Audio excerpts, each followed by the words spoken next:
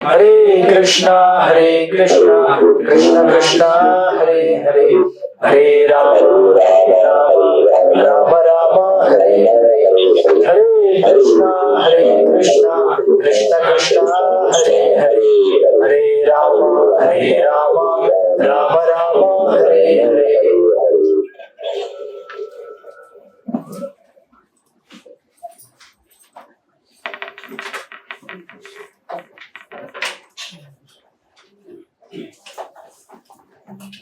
हरे कृष्णा, दंडवत प्रणाम प्रभु जी। हरे कृष्णा।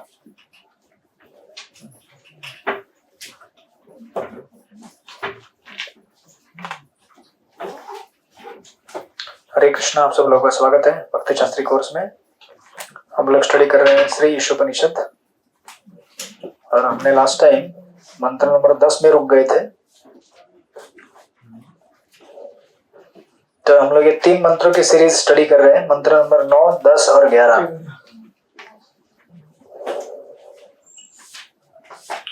तो मंत्र नंबर 9 में बताया गया था, हम तीनों मंत्रों में विद्या और अविद्या का अभ्यास कर रहे हैं। विद्या क्या होती है और अविद्या क्या होती है। और विद्या का तो 9वें मंत्र में बताया गया है, जो लोग अविद्यापूर्ण कार्यकलाप के अनुशीलन में लगे हुए हैं वे अज्ञान के गहनतम क्षेत्र में प्रवेश करेंगे। राइट, जो लोग अविद्या में हैं वो लोग गहनतम क्षेत्र मतलब कहां पे जाएंगे? नरक में जाएंगे। फिर आगे कहते हैं, लेकिन इनसे भी निकृष्ट वो हैं जो तथाकथित ज्ञान के अनुशीलन में लगे हुए हैं। यानी कि अज्ञान में होना एक बात है, लेकिन अज्ञान में होकर तथाकथित ज्ञान का विकास करके अपने आप को ज्ञानी मानना, ये उससे भी भयानक और खतरनाक है। तो इसमें हमने स्टडी किया था किस प्रकार आधुनिक विश्वविद्यालयीन शिक्षा जो ईश्वर विहीन है, ईश्वर को नहीं मानती है, उसके बाद जो वेदवादरता लोग हैं जो वेदों के उद्देश्य को केवल स्वर्ग में जाना समझते हैं, और उसके बाद तीसरी कैटेगरी थी माया अपहृत ज्ञाना, जो अपने आप को ब्रह्म ज्योति में लीन करना चाहते हैं, जिनका ज्ञान माया ने छीन लिया है, इसके लिए उसको कहते हैं माया अपहृत ज्ञाना लोग। ये तीनों लोग क्या है? अविद्या में है लेकिन अपने आप को विद्या में मानते हैं, इसलिए ये उससे भी खतरनाक लोग हैं। राइट, इस तरह से 3 हमने स्टडी किए थे मंत्र 9 में। उसके बाद मंत्र नंबर 10 में हमने देखा था, मनीषियों ने बताया है कि ज्ञान के विकास से एक फल प्राप्त होता है, जबकि अज्ञान के विकास से दूसरा ही फल प्राप्त होता है। सो 2 चीजें होती है, ज्ञान और विद्या और अविद्या। राइट, या फिर ज्ञान है और या फिर अज्ञान। तो इस मंत्र में क्लियर कट डिमार्केशन है। अगर ज्ञान का विकास करेंगे तो हम जीवन में अच्छे बनेंगे, अगर हम अज्ञान का विकास करेंगे तो हम लोग अधोगति प्राप्त करेंगे। राइट, तो हम ये डिस्कस कर रहे थे लास्ट टाइम मंत्र नंबर 10 में, और इसका अभ्यास करते वक्त हमने ये जो 20 पॉइंट्स ऑफ नॉलेज दिए गए हैं यहाँ पर, 18 ज्ञान का विकास या वृद्धि करने के लिए ये 18 मुद्दे दिए गए हैं गीता के 13वें अध्याय के 8 से लेकर 12वें श्लोक में। इसका हम लोग अध्ययन कर रहे थे और इसमें से कुछ कुछ हमने पॉइंट्स लिए थे डिस्कस करने के लिए। राइट, अगर आपको याद रहेगा तो जिस प्रकार हम लोग स्टडी कर रहे थे। तो जैसे पहला मुद्दा है, मनुष्य को स्वयं भद्र पुरुष बनकर अन्यों का समुचित सम्मान करना चाहिए। राइट, तो हमने इस पे देखा था किस प्रकार व्यक्ति को नम्रता का स्वीकार करना चाहिए ताकि वो ज्ञान की वृद्धि कर सके। राइट, उसके बाद देखा था हमने मनुष्य को केवल नाम तथा यश के लिए कभी धर्मात्मा का स्वांग नहीं करना चाहिए, जबकि उसे वास्तविक धर्म का पालन करने के लिए धर्मात्मा बनना चाहिए। राइट, न केवल दिखाने के लिए, कोई फैशन नहीं है ये। जैसे प्रभुपाद कहते थे कि कुछ लोग कुत्ते बिल्लियां पालते फैशन के लिए। राइट, तो अगर आप भी बहुत सारी चीजें अध्यात्म में फैशन के लिए करेंगे तो हो सकता है कि आपको लोग बोलेंगे बहुत आध्यात्मिक है, लेकिन वास्तविक जीवन में इसका आपको लाभ नहीं हो रहा है।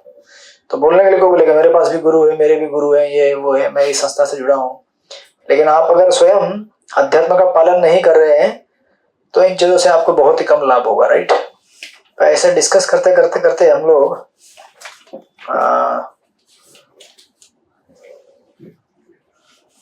12वें पॉइंट। यस, मनुष्य को सदैव स्मरण रखना चाहिए कि जब तक उसके पास भौतिक शरीर है तब तक उसे जन्म, मृत्यु, जरा तथा व्याधि को भोगना पड़ेगा। देह के इन कष्टों से छुटकारा पाने के लिए योजनाएं बनाने से कोई लाभ नहीं है। सर्वोत्तम मार्ग यही है कि उस साधन की खोज की जाए जिससे आध्यात्मिक स्वरूप पुनः प्राप्त हो सके। राइट, ये इसी बंदे की चालू है ना। तो ये मुद्दे पे हम लोग डिस्कस किए थे विस्तार से, और हमने देखा था किस प्रकार इन चीजों को अपने अगर सामने रखेंगे, जैसे हमने कुछ केस स्टडीज लिए थे, जैसे क्रिश्चियन में वो लोग अपने जो गुजरे हुए लोग कंकाल अपने सामने रखते हैं, बुद्धिस्ट लोग अपने कुछ मरे हुए जो लाश होती है उस लाश के ऊपर मेडिटेट करते हैं। राइट, तो हमें ये सब इतना करने की जरूरत नहीं है, हमें केवल भगवान का नाम का स्मरण करना जरूरी है। हरे कृष्णा कृष्ण कृष्ण हरे हरे, हरे राम राम राम हरे हरे। राइट, तो हमने ये उदाहरण भी लिया था किस प्रकार व्यक्ति को जब बीमारी होती है तो बीमारी की दवा लेने के लिए खुद से प्रयास करना पड़ता है। तकलीफ बीमारी में भी होती है और दवा लेने में भी तकलीफ होती है, दोनों चीजों में तकलीफ है। तो हमें अभी डिसाइड करना है कि कौन सी तकलीफ हमें लेनी है। तो दवा अगर लेने से तकलीफ होती है सोचकर अगर दवा नहीं लेंगे तो फिर हमें बीमार रहकर जो तकलीफ होती है उसको उससे गुजरना पड़ेगा। लेकिन ठीक होना चाहते हैं तो फिर दवाई लेने का कष्ट भी उठाना पड़ेगा। टाइम पे दवाई लेना, टाइम पे सोना, सब कुछ टाइम पे करना, ये सब हमें डिसिप्लिन लगाना पड़ेगा। राइट, इसलिए वो कहते हैं कि हमें भक्ति जो है वो कभी कभी शुरुआत में थोड़ा तकलीफ दे सकती है। जैसे गाड़ी स्टार्ट करने के पहले प्रयास करना पड़ता है ना। एक बार गाड़ी में अच्छी तरह से पेट्रोल भर दिया, ठीक ठाक कर दिया गाड़ी को, और एक बार आप सवार हो गए तो गाड़ी जब चलने लगे तो ठीक से चलती है। उसी प्रकार भक्ति भी ऐसी प्रक्रिया है जिसको स्टार्ट करना है तो स्टार्ट में आपको थोड़ा तकलीफ हो सकता है। और हमने देखा था किस प्रकार इच्छाओं को पूरा करने में भी तकलीफ है और इच्छाओं को नियंत्रित करने में भी तकलीफ है। लेकिन दोनों में आसान कौन सा है? आसान मतलब आसान कोई नहीं है, लेकिन अच्छा कौन सा है? इच्छाओं को पूरा करने की कोशिश करेंगे, हाँ, तो इच्छाओं को पूरी करने की कोशिश करेंगे तो भी बहुत संघर्ष है, और इच्छाओं को नियंत्रित करने की कोशिश करेंगे तो भी बहुत तकलीफ है। दोनों में तकलीफ है। अगर 4 नियम पालन करने के लिए हमको बोला गया तो तकलीफ है, नहीं पालन करेंगे और उसकी पूर्ति करने जाएंगे तो भी तकलीफ है। लेकिन दोनों तकलीफों में एक अंतर है। अगर इच्छाएं हम पूरी करते हैं और हमारी इच्छा पूरी हो जाती है, उससे हमें कुछ लाभ होने वाला नहीं है, उससे हमारी इच्छाएं और बढ़ जाएंगी, उसका अंत कोई नहीं है, तो वो फ्रूटलेस है। लेकिन अगर हम इच्छाओं को नियंत्रित करने के लिए संघर्ष करेंगे, संघर्ष होगा, तकलीफ होगी, लेकिन उससे हमें शुद्धि मिलेगी, हमारा शुद्धिकरण होगा, और उस शुद्धिकरण से हम भगवान का भजन करने के लिए फिर तैयार हो जाएंगे। क्योंकि भगवान का भजन करने के लिए मन फ्री होना चाहिए ना सांसारिक मोह माया से। जब तक मन हमारा सांसारिक मोह माया से फ्री नहीं होगा तब तक भजन कैसे करेंगे आप लोग? राइट, सो दैट्स व्हाई ये हम यहाँ पर रुक गए थे और हमने देखा था किस प्रकार। तो अभी यहाँ पे एक पॉइंट आता है कि जब तक ये संघर्ष चलता रहेगा, हमारा क्या संघर्ष चलता रहेगा?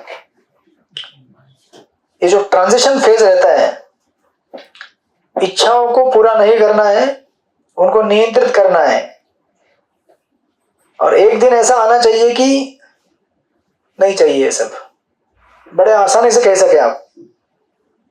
ये जब तक नहीं आता है टाइम, तब तक हमें क्या करना है?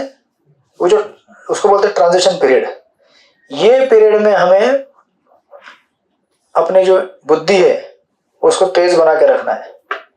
क्योंकि एक बार अगर आपको अंदर शुद्धिकरण हो गया और नहीं चाहिए, कुछ फर्क नहीं पड़ता है। ये जब होगा तब तो किसी की जरूरत नहीं पड़ेगी चीज की, आपको कुछ नहीं, जबरदस्ती बोलना नहीं पड़ेगा कि चैंटिंग करो, कांदा लहसुन छोड़ दो, मांसाहार मत करो, व्यभिचार मत करो, ऐसा बोलने की जरूरत नहीं पड़ेगी आपको, आराम से हो जाएगा।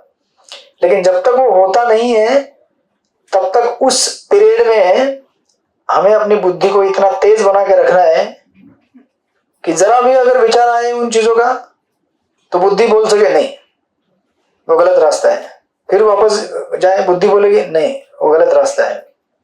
इसलिए शास्त्रों का श्रवण पठन, भक्तों का सत्संग तो शुरू से लेकर अंत तक हमेशा लगेगा हमको, लेकिन स्पेशली अभी इस समय इतना ज्यादा जरूरी है। तो इसीलिए कुछ लोग बोलते हैं कि हम लोग एकांत में भजन करना चाहते हैं, एकांत में हम लोग वृंदावन जाएंगे, एकांत में भजन करेंगे। संभव नहीं है आपके लिए। वृंदावन में जाओगे, एकांत में बैठोगे और एकांत में सो जाओगे, हरे कृष्ण बोलोगे ये अच्छा लगता है, यहाँ पे कोई डिस्टर्ब भी नहीं करता है। और क्या, रोटी मांगना है तो रोटी कहीं जाओ मिलेगा, लेकिन फिर मन डिस्टर्ब करेगा, सूखी हुई रोटी है। हाँ, मैं घी में लगाए हुए पराठे खाता था घर पे, ये क्या सूखा हुआ रोटी मिल रहा है इधर। एक दिन 2 दिन ठीक है, एडवेंचर लगता है, ब्रज रोटी खाएंगे, मधुकरी करेंगे, 2 दिन ठीक है, तीसरे चौथे दिन हरे कृष्ण, तो ऐसे हम टिक नहीं पाएंगे। इसलिए जब तक पूर्ण रूपेण शुद्धि नहीं होती है तब तक निरंतर भगवान का नाम लेना और निरंतर भगवान का भजन करना असंभव है। तो अभी इस समय हमारा वो स्टेज नहीं है। ये जो फेज है बीच का, इंद्रिय तृप्ति को ना बोलना और भगवान को हाँ बोलना, इसके बीच में बड़ा संघर्ष चल रहा है हमारा। और ये संघर्ष जो है अच्छी तरह से आप कर पाएंगे अगर हम शास्त्रों के, साधुओं के, भक्तों के संग में अच्छी तरह से अगर बने रहेंगे। तो नहीं बने रहेंगे तो फिर उनको ना बोलना आसान नहीं है, राइट।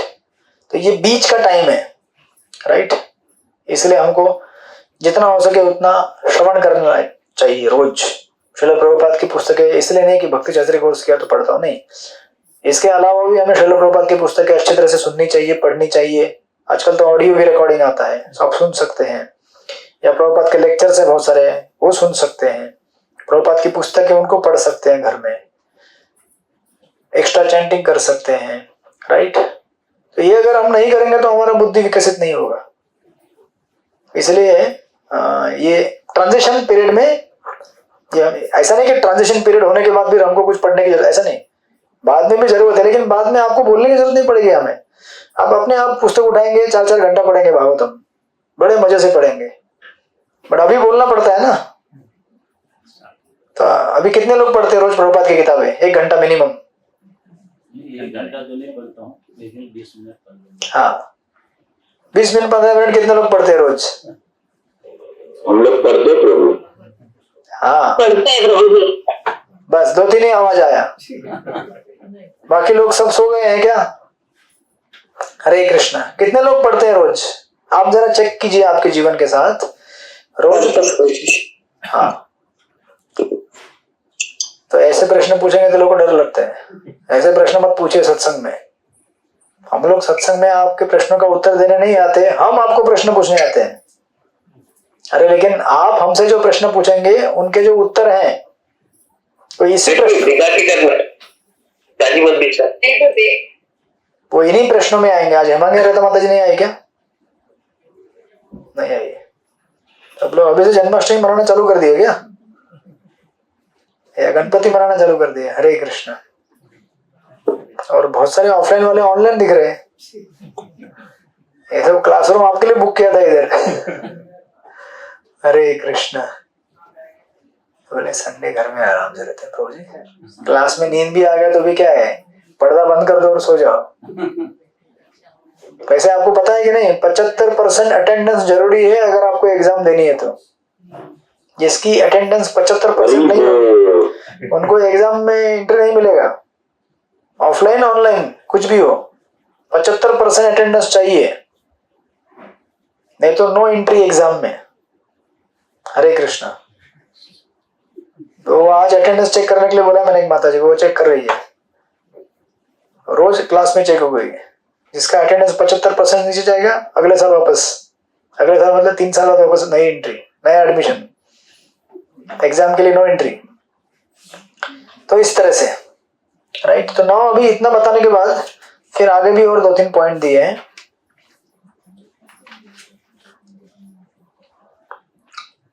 प्रभुपाद कहते हैं मनुष्य को आध्यात्मिक उन्नति के लिए जीवन की जितनी आवश्यकताएं हैं उनसे अधिक के प्रति आसक्त नहीं होना चाहिए। राइट।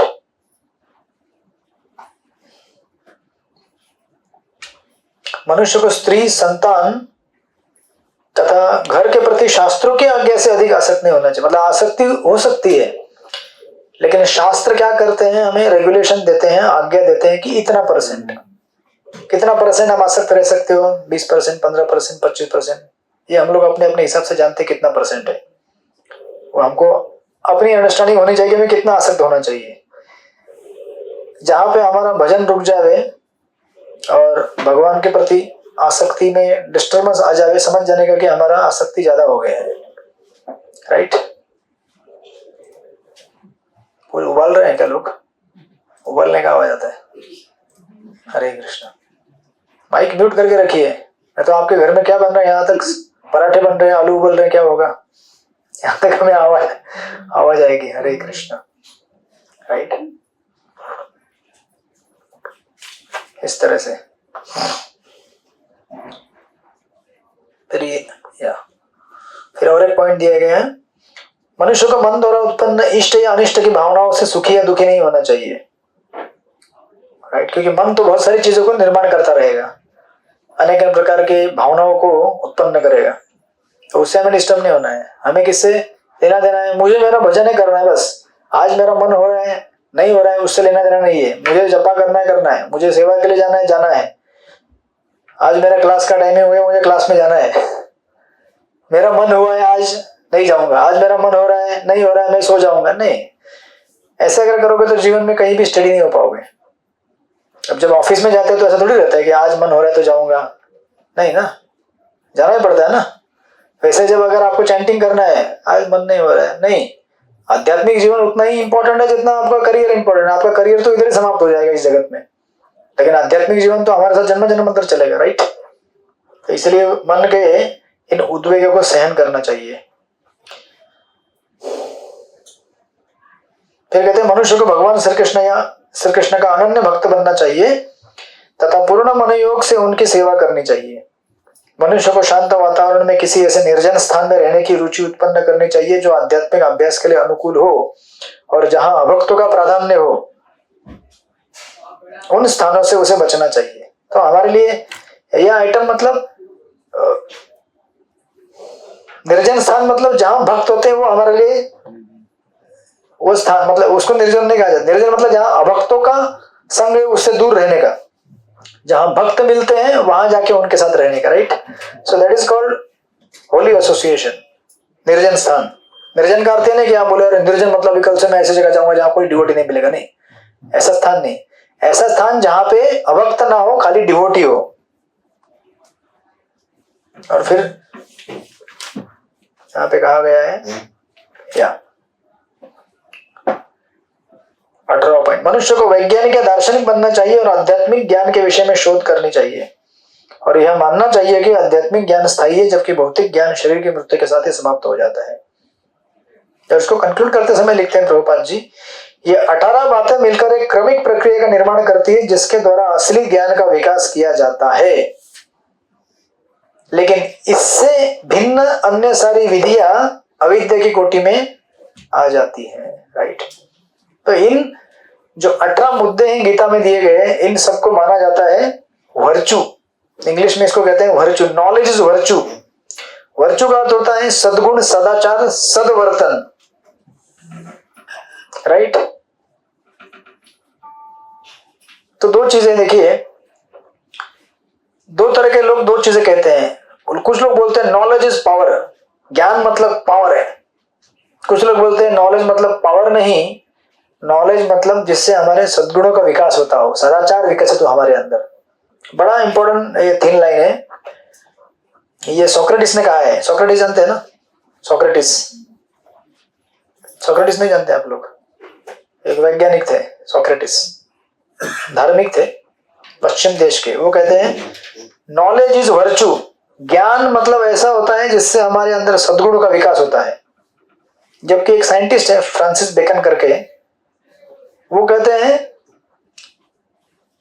नॉलेज इज पावर, ज्ञान मतलब शक्ति है।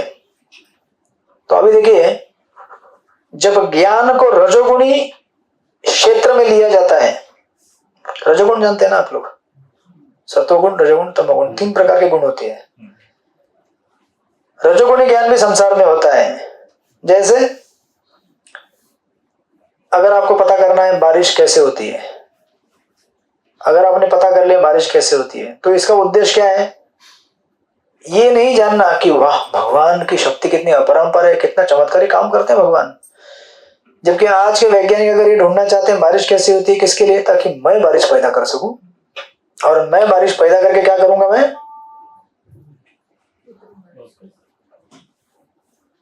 क्या करूंगा? भगवान बन जाएगा। हाँ, भगवान बन जाएगा, नाम कमाएगा।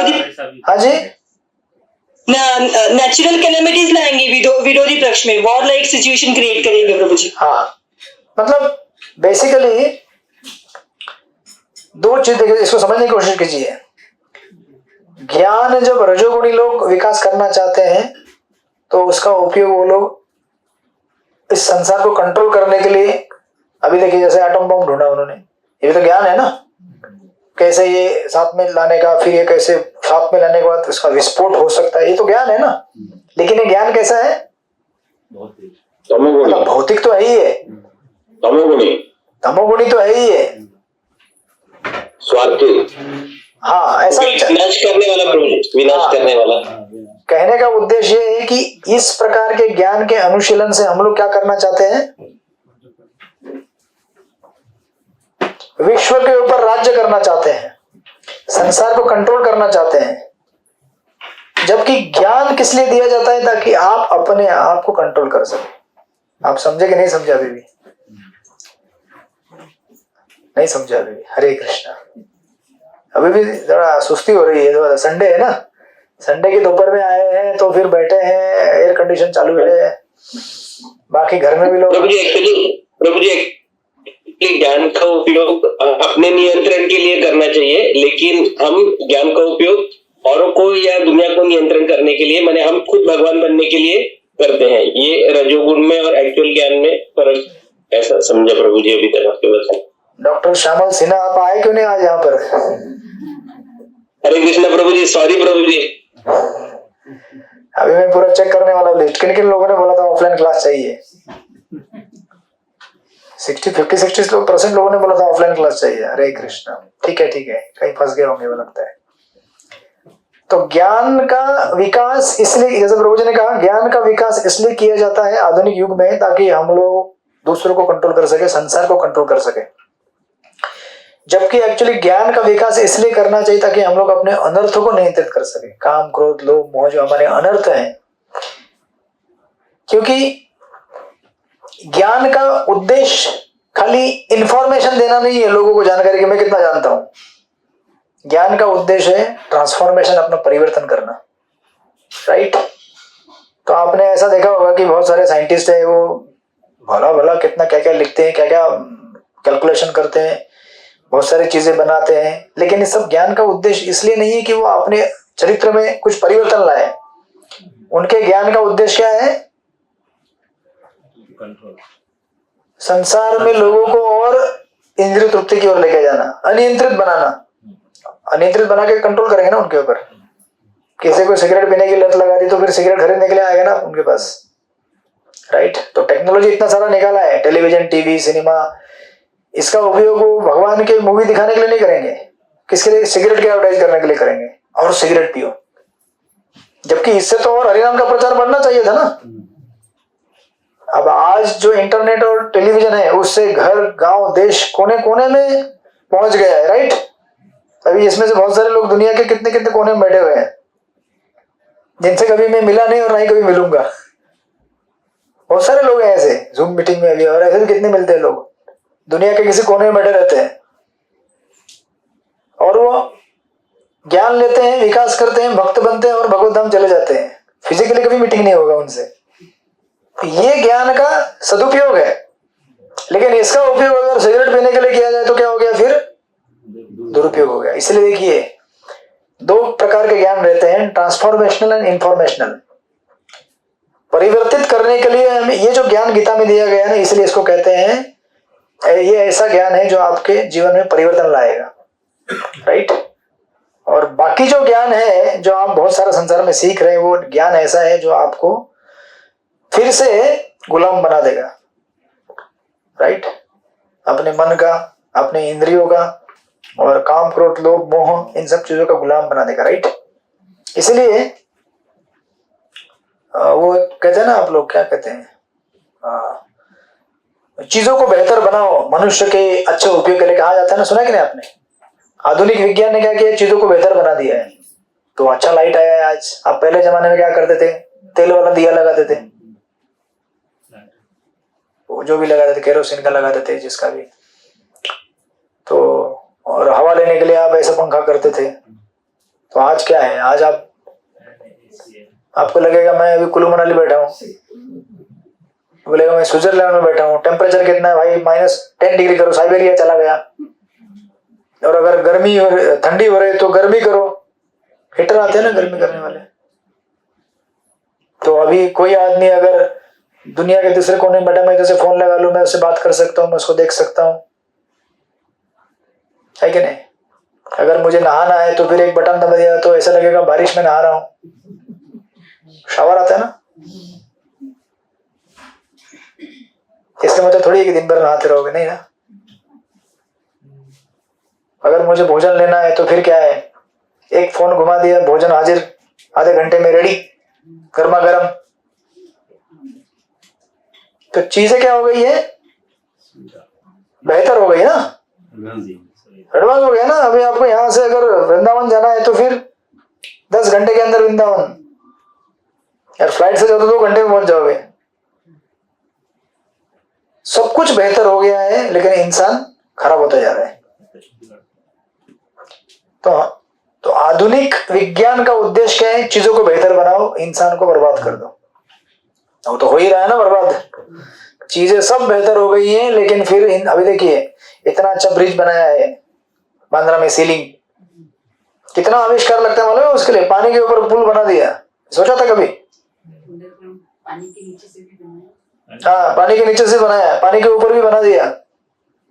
तो इतना टेक्नोलॉजी यूज किया है, भारी भरकम भयानक, लेकिन उद्देश्य क्या हो रहा है उसका, उधर जाके लोग गाड़ी पार करके कूद जाते हैं। हरे कृष्णा।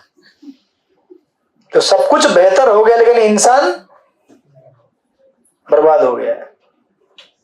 तो इसलिए यहां पे कहा गया है, we are trying to make things better, but actually हमें क्या करना है, मेक ह्यूमंस बेटर। इंसान को अच्छा बनाइए। चीजों को अच्छा बना के काम नहीं चलने वाला है, इंसान को अच्छा बनाना जरूरी है। आज के काल में हम तो घर में बच्चों को यही सिखा रहे हैं ना। क्या सिखा रहे हैं आप लोग बच्चों को, क्या बोलते हैं आप लोग बच्चों को? बेटा पढ़ाई कर, पढ़ाई कर, पढ़ाई कर, बेटा तू अच्छा होगा, सुखी होगा, बेटा पढ़ाई कर, बराबर ना। क्या संगीता माता जी क्या बोलते हैं बच्चों को? पढ़ाई कर, इंजीनियर बन, डॉक्टर बन, ये बन, वो बन, बहुत तेरा जिंदगी में सुखी होगा, सुखी होगा। हमको तो बचपन से ही सिखाया गया है, पढ़ाई नहीं करेगा तो दुखी होगा, दुखी होगा। पढ़ाई करके भी तो और ज्यादा दुखी हो रहा है आजकल। कॉलेज जाता है, पढ़ाई करता है, उधर से कुछ बुरी आदतें पकड़ लेता है, ड्रग्स लेना सीखता है, चरस लेना सीखता है, यहाँ वहां के दुनिया भर की चीजें करता है। फिर अगर कोई साधु बाबा कह दे ये लिव इन रिलेशनशिप में क्यों रह रहे हो, तो पूरे सोशल मीडिया में हल्ला कर देता है। हमको ऐसा कैसे बोल सकते हैं आप लोग? हम लोग जैसे भी रहेंगे कुत्ते बिल्ली तरह, हमको क्या फर्क पड़ता है? आपको जैसे रहना रहिए, हम जैसे रहने। देखो मतलब समाज का स्तर किस स्तर पे गया है ये हम देख सकते हैं अभी। इसका मूल कारण क्या है कि ज्ञान का विकास करने के लिए जो विधि दी गई है गीता में, इसका लोग अपनाते नहीं है। उनको लगता है कि गीता मतलब ज्ञान थोड़ी है, ये तो बाबा लोगों के लिए, ये पंडित लोग पढ़ते हैं गीता। आज भी अगर आप पूछेंगे लोगों को तो लोग क्या बोलते हैं, ये गीता भागवत किसके लिए है? पंडित लोग के लिए। पंडित का अर्थ क्या है? इतना लंबा शिखा रहेगा या फिर टकला रहेगा, भव्य वस्त्र पहना होगा, कोई बाबा इतना बड़ा मोटा तिलक मार के बैठा है, वो वही पंडित। तो उनको पढ़ना है, हमें थोड़ी पढ़ना है। क्योंकि हमें तो क्या रहना है, हमें तो कुत्ते बिल्ली जैसा रहना है, हमें अच्छा नहीं बनना है। अच्छा नहीं लगता है अच्छा बनेंगे तो। वो गटर में जो कीड़े मकोड़े घूमते हैं, उनको अगर गटर से बाहर निकाले तो वापस उधर ही जाते नहीं। तो आज की समाज की स्थिति ऐसी है, क्योंकि ये जो दिए गए हैं विकास करने के हमारे ज्ञान को, इन चीजों का लोग इस्तेमाल नहीं करते। इसलिए इसको कहते हैं transformational knowledge, not informational. Transform करना है हमें, अपने आप को बदलना है, और अपना बदलाव करने के लिए हमें यह ज्ञान जरूरी है, राइट। क्योंकि जीवन में देखिए, हम कितना जानते हैं ज्यादा जरूरी नहीं है, हम कैसे रहते हैं ज्यादा जरूरी है। तो ऐसे बहुत सारे लोग हैं जो बहुत कुछ जानते हैं। हो सकता है गीता के 800 के 700 के 700 श्लोक पढ़ते हो, पूरे मेमोराइज भी करते हो, पर बोलते भी हो, फटफट फटफट बोलते हैं वो लोग। अगर कीर्तन में बैठे तो लोग उनके सामने झूमने लगेंगे, इतना अच्छा गाते भी हैं। कोई वक्ता होता है, ऐसा बोलते हैं जैसे एक एक शब्द में हा हा मधुर वाणी, लेकिन जीवन अगर देखने जाओ सबसे दुखी। तो कितना ज्ञान हमारे पास है, उससे कुछ फर्क नहीं पड़ता है, कुछ भी फर्क नहीं पड़ता है अगर हम उस ज्ञान के ऊपर अमल करके वैसा जीवन नहीं जी रहे हैं। तो कहने के लिए लोग बहुत कुछ बोल सकते हैं, लेकिन जब जीवन जीने की बारी आई तो पता चले, बाप रे, एक पैकेट सिगरेट रोज खत्म करते हैं और बोलते हैं स्वस्थ रहना चाहिए, डॉक्टर बोला स्वस्थ रहना चाहिए, अच्छी आदत लगानी चाहिए, एक पूरा पैकेट पीता रोज। आपने वो देखा ना पिक्चर में क्या करते हैं वो लोग, आपके बहुत सारे हीरो लोग एक्टिंग करते हैं, सुखी जीवन कैसे होना चाहिए, क्या होना चाहिए, और फिर गुटखा का एडवर्टाइज करते हैं बाद में, पिक्चर खत्म होने के बाद। तो ऐसे आदर्शों को क्या आप पालन करोगे? तो पिक्चर में दिखाते हैं कि आदर्श जीवन कैसे होना चाहिए, देशभक्ति कैसे होनी चाहिए, देशभक्ति की पूरी पिक्चर बनाते हैं लोग, आध्यात्मिक पिक्चर भी बनाते हैं। पिक्चर आई, पैसा कमाया, खत्म, उसके बाद ये लोग, उसका हीरो फिर मिलेगा आपको कहीं गुटखा के ऐड कर रहे हैं, सिगरेट के ऐड कर रहे हैं, जुआ वो आजकल क्या आता है वो रम्मी, और उसका ऐड करेगा। खेलते हैं क्या आप लोग रम्मी सर्कल? बहुत ऐड आती है, तो बच्चे लोग उनके, हमारे सोसाइटी के बच्चे लोग लगे हुए रहते हैं। हाँ, क्यों लगे रहते हैं? क्योंकि उनके जो आदर्श हैं, जो कलाकार हैं, जिनके ऊपर उनका इतना प्रेम उमड़ता है, वही लोग दिखाते हैं कि ये देखो ये खेलो बच्चा। तो हाँ, तो फिर तो फिल्म में वो क्या करते हैं, देशभक्त में मैं मार दिया दुश्मन को, पाकिस्तान के सैनिकों को खत्म कर दिया, मैं देश का देशभक्त हूं, कमा लिया 200 करोड़, और पिक्चर खत्म होने के बाद वही रम्मी, हरे कृष्ण। इसलिए इन सब लोगों के चक्कर में पड़ोगे तो बर्बाद हो जाओगे। इसलिए वो अभी नरसिम्हा मूवी बनाया ना, इसलिए वो बोल रहे हैं कि बोले इसमें आपने एनिमेशन क्यों बनाया? बोले क्योंकि कोई भी लायक इंसान नहीं है ये प्रहलाद महाराज का रोल करने के लिए। अभी पिक्चर में प्रहलाद महाराज का रोल कर रहे हैं, बाद में पिक्चर खत्म होने के बाद क्या करें मालूम नहीं। वो तो बड़े एनिमेशन बना दिया, अच्छा है एनिमेशन, अच्छा है।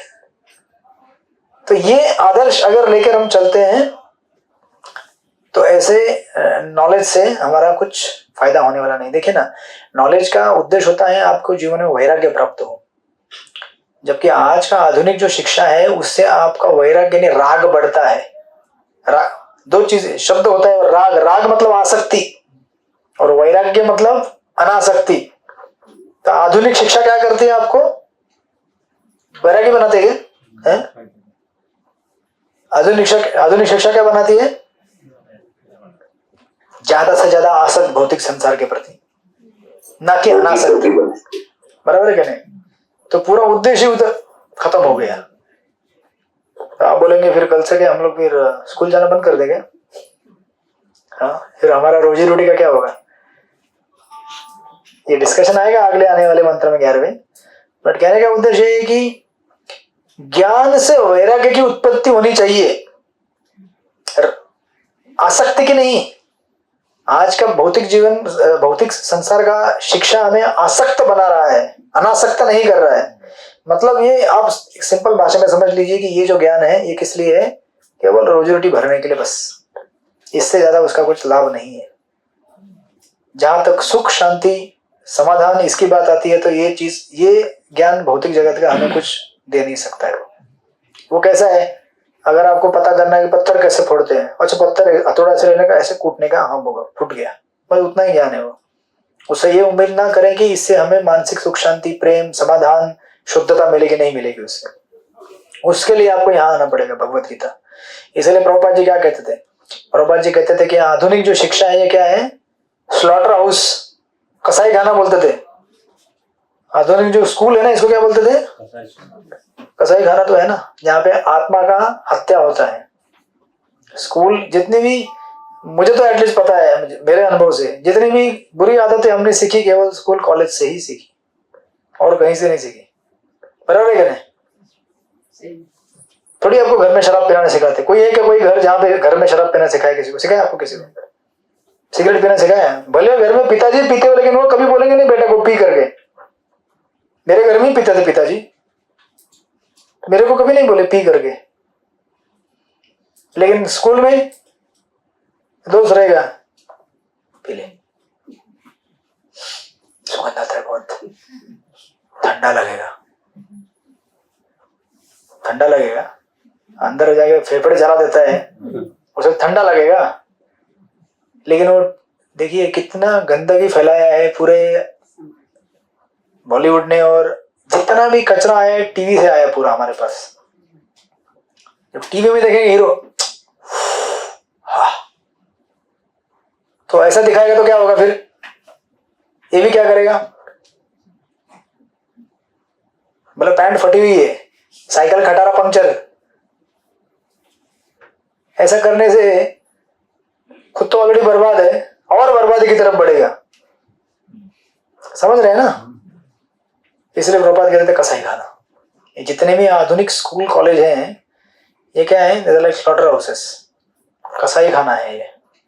तो इसलिए हमको जो आधुनिक शिक्षा में इंटेलेक्चुअल्स हैं, स्कॉलर्स हैं, उन लोगों ने बहुत मेहनत किया है, परिश्रम किया है, और मेहनत परिश्रम करके उन्होंने बहुत सारी चीजों का आविष्कार किया है।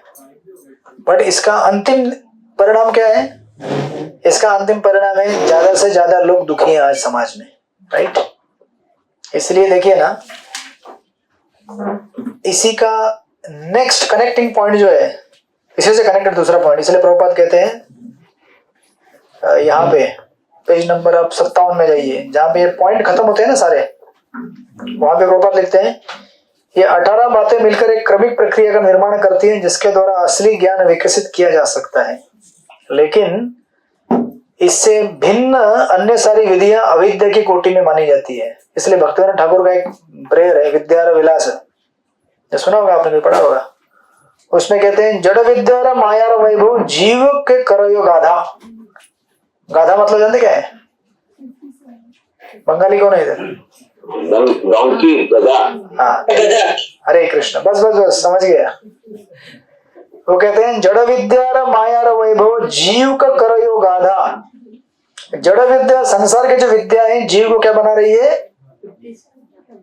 क्या हो गया माता जी? 57 बोले ना? कौन सा 57?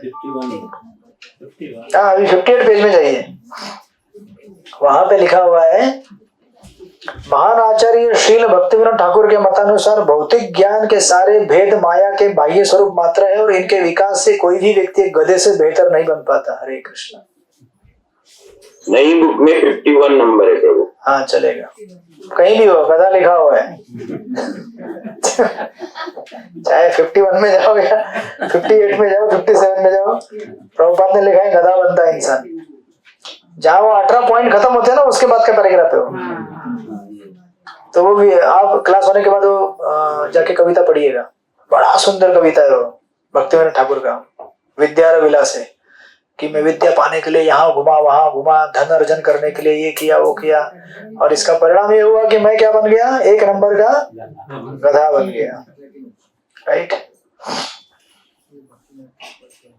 और ये उसके लिए नहीं बोला गया है जो सचमुच संसार में दुखी हैं, कष्टी हैं, बेचारे, टायर पंक्चर हो गया साइकिल का, पैंट फट गई है, खटारा, उनके लिए नहीं। भौतिक जगत में सबसे ज्यादा यशस्वी लोगों के लिए कहा गया है। समझे कि नहीं आप? तो वो उदाहरण हम लेंगे आगे जाकर। इस भौतिक जगत में सबसे यशस्वी लोग, सबसे सक्सेसफुल व्यक्ति भी किस तरह से गधा बन गया है आज के आधुनिक कलिकाल में, राइट?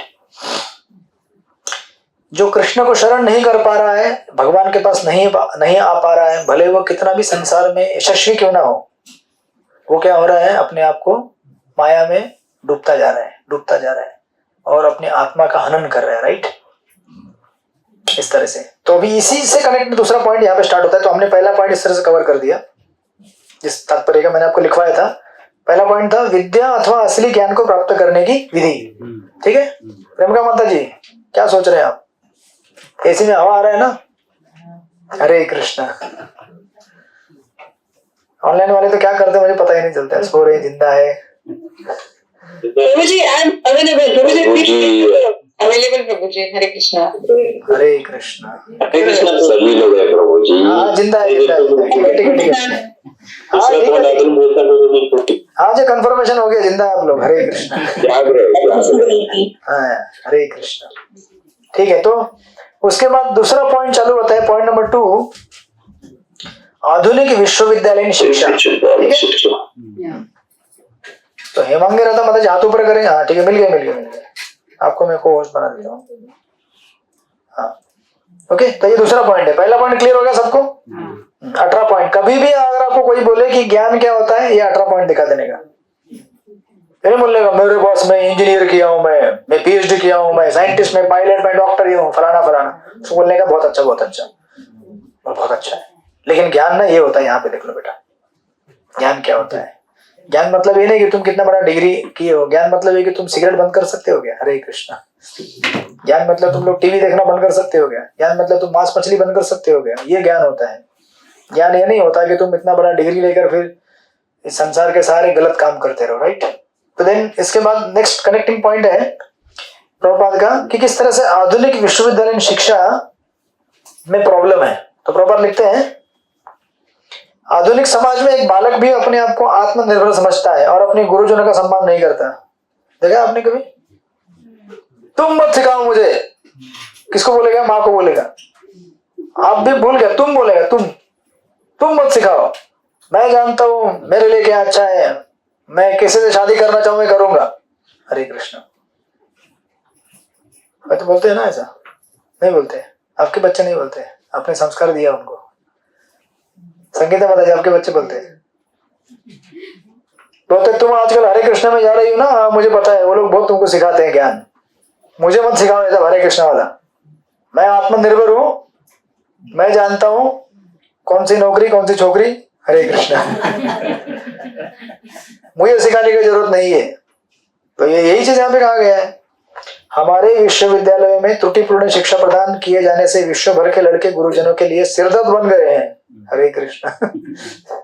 सिरदर्द बन गया ना घर के बच्चे हमारे लिए। और इसके लिए आप लोग बाम ढूंढते रहते, कोई बाम है क्या? कौन सा बाम लगाओ यार, वो झंडू बाम लगाया नहीं होता है, टाइगर बाम बोलते, टाइगर बाम लगाओ। बोले बाद में हरे कृष्ण वाला बाम मिल गया, हाँ इससे थोड़ा लग रहा है, अरे जा बेटा जा, तू जो करना है कर, मुझे जब करने दे, राइट। तो इसलिए हम प्रभुपाद कहते हैं, इस प्रकार श्री ईशोपनिषद दृढ़ भाव से चेतावनी देता है कि अविद्या की संस्कृति विद्या ज्ञान से भिन्न है। यह कहा जा सकता है कि विश्वविद्यालय अविद्या के ही केंद्र है। हरे कृष्ण। विश्वविद्यालय शिक्षा क्या है? अविद्या के केंद्र बिंदु बन चुके हैं अभी। अरे आप लोग फिर भी भारत में रह रहे हैं और आपके जो स्कूल कॉलेज है अभी भी थोड़े साफ सुथरे ही हैं। आप अगर जाओ ना बाहर, ऑस्ट्रेलिया, लंदन, इंग्लैंड, अमेरिका, अरे बाप रे, स्कूल कॉलेज के कैंपस में आप खड़े नहीं हो पाओगे, ऐसी हालत है। उनके कपड़े किस प्रकार से वो बैठते हैं, हरे कृष्ण। उसका वर्णन अगर करने जाएंगे तो आप वर्णन भी नहीं कर पाएंगे सभ्य समाज में, समझे कि नहीं? ऐसी हालत खराब है। इसलिए प्रभुपाद ये कभी लिखे हुए तात्पर्य है, प्रभुपाद ने 1960-67 के आसपास लिखे हुए तात्पर्य है। सोचिए उस समय ऐसा स्थिति था, अभी क्या हो गया जरा सोचिएगा। इसलिए नहीं आपको ऐसा आए दिन खबर सुननी पड़ती है कि गया और बंदूक मार के सबको मार दिया। सुना है आपने? स्कूल में कॉलेज में लड़के ने बंदूक निकाली और 4 लोगों को गोली मार के खत्म कर दिया। क्यों? अनकंट्रोल सेंसेस, जिसका अपने इंद्रियों के ऊपर नियंत्रण नहीं है, बचपन से यही सिखाया गया, तुमको जो चाहिए वो मिलेगा, ले बेटा ले ले ले ले। तो स्कूल में गया, ये लड़की मुझे चाहिए, नहीं मिलेगी, गोली लो, बंदूक लो, मार दो, खत्म। बराबर है कि नहीं? मुझे नेता बनना है, इस पार्टी करनी है, नहीं ना, गोली मार दूंगा। क्या हो रहा है आजकल? सब बल से चीजों को प्राप्त करना चाहते हैं, क्योंकि उनको यही सिखाया गया है बचपन से। ये नहीं सिखाया गया है कि तुम बल से कुछ नहीं प्राप्त कर सकते हो, और करोगे भी तो उसको टिका नहीं पाओगे जब तक चरित्र नहीं रहेगा। इसलिए देखिए ना, यहाँ पे लिखे हैं, प्रभुपाद ने लिखा है, फलस्वरूप विज्ञानी जन अन्य देशों का नामो निशान मिटा देने के लिए घातक अस्त्र शस्त्रों की खोज करने में व्यस्त है। बराबर, घातक अस्त्र शस्त्र। प्रभुपाद ने क्या लिखा है, आज विश्वविद्यालयीन छात्रों को न तो ब्रह्मचर्य के नियमों की शिक्षा दी जाती है, न ही शास्त्रीय आदर्शों में उनकी श्रद्धा रह गई है। धर्म के सिद्धांतों की शिक्षा केवल नाम तथा यश के लिए दी जाती है, व्यवहार में लाने के लिए नहीं। तो अभी देखिए ना, आपकी जो कॉलेज की डिग्री होती है, कौन है यहाँ पे कॉलेज वाला? कॉलेज वाला कौन है? लड़का है ना पीछे? अच्छा, हो गया, आपने कॉलेज पूरा हो गया? और कोई पढ़ाई कर रहा है अभी? कौन नहीं पढ़ेगा? सब स्कूल में? कौन? अच्छा स्कूल वाला है। अच्छा, आप सब लोग जॉब वाले हैं, तो पढ़ाई किया होगा ना, कुछ ना कुछ पढ़ाई। आपने कौन सा पढ़ाई किया है? ब्यूटी वाला, टेक्नीशियन। हाँ, कॉमर्स। तो आपकी डिग्री को क्या बोलते हैं? बीएससी किसने किया है? आपने किया बीएससी? हाँ, तो बीएससी का फुल फॉर्म क्या है? Bachelor of science. और बीकॉम का फुल फॉर्म क्या है? बिन काम का। बिन काम का बोल रहे हो? और किधर है? इधर कौन है डिग्री वाला? कौन है? मास्टर? अच्छा, मास्टर है। और कौन है बैचलर? पढ़ा है माता जी? सुखी जीवन है। हरे कृष्णा। तो क्या बोलते हैं उसको, आप जो ये नाम लेते हैं ना, बैचलर्स डिग्री। बैचलर डिग्री का कभी आपने सोचा है क्या? क्यों बैचलर क्यों बोलते हैं? सुना है क्या? बैचलर का अर्थ क्या होता है? हाँ, सिंगल ना बैचलर का अर्थ होता है सिंगल। अभी तो ये लोग सिंगल रहेंगे, लेकिन शादी हो जाएगा तो थोड़ी बोलेंगे मेरा डिग्री बदल दो। अभी डिग्री तो वही रहेगा ना, bachelors of science, bachelor of commerce, जो भी रहेगा, डिग्री तो नहीं बदलता है। बैचलर क्यों कहा जाता था? कभी सोचा है? कभी सुना है? कभी बैचलर क्यों कहते थे उसको? नहीं सुना है? सोचा नहीं है। बैचलर मतलब सिंगल, ये तो पता चल गया ना। मतलब विद्यार्थी, जो प्रभुपाद यहाँ पे कह रहे हैं ना, विश्वविद्यालयीन छात्रों को न तो ब्रह्मचर्य के नियमों की शिक्षा दी जाती है, न ही शास्त्रीय आदेशों में उनकी श्रद्धा रह गई है। बराबर है कि नहीं? ऐसा क्यों? एक्चुअली अगर आप देखेंगे 150 साल पहले ऑक्सफोर्ड, कैम्ब्रिज, क्योंकि ये तो हमारा विदेशी एजुकेशन है ना, ये सब। बैचलर डिग्री कहाँ से है? उसको तो हिंदी में स्नातक बोलते हैं, राइट? स्नातक का अलग शब्द होता है। क्या महेंद्र प्रभु बोले, यार ये सब छोड़ो, हमको क्या है ये बैचलर फैचलर, स्कूल भी अपना कुछ नहीं है। अपना क्या, आपको बिजनेस है?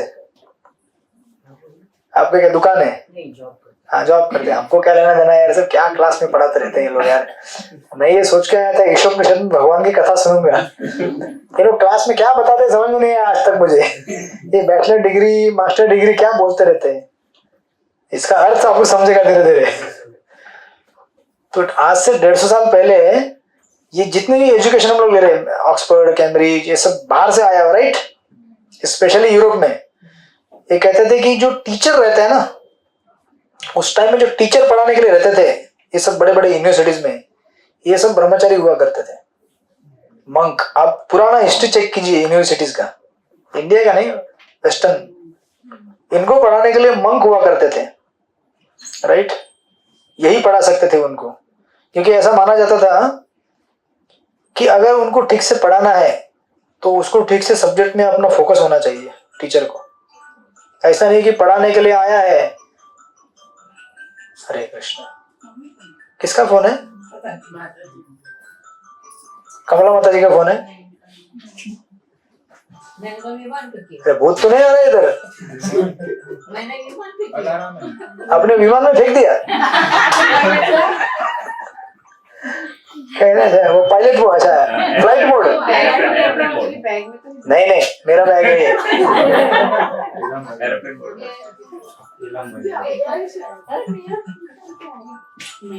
नहीं अरे बॉम्ब फटने के पहले पता करो। अरे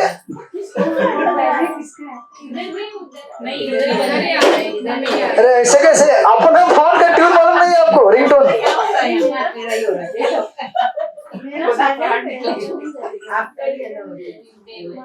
वो बोल रहे विमान में भेज दिए उसको। आधुनिक विद्या। आधुनिक विद्या। एरोप्लेन मोड को बोल रहे विमान में भेज दिया मैंने उसको। हरे कृष्णा। सोने का उठने का अलार्म है क्या? दोपहर को 4 बजे उठने का अलार्म बज गया। मंदिर आने का, अच्छा, मंदिर आने का अलार्म रहता है। शाम को आती है ना वो, तो अलार्म बजता है एरोप्लेन मोड पे। हाँ, एरोप्लेन में बढ़ता है, विमान में भेज दिया। हाँ तो हम लोग डिस्कस कर रहे थे कि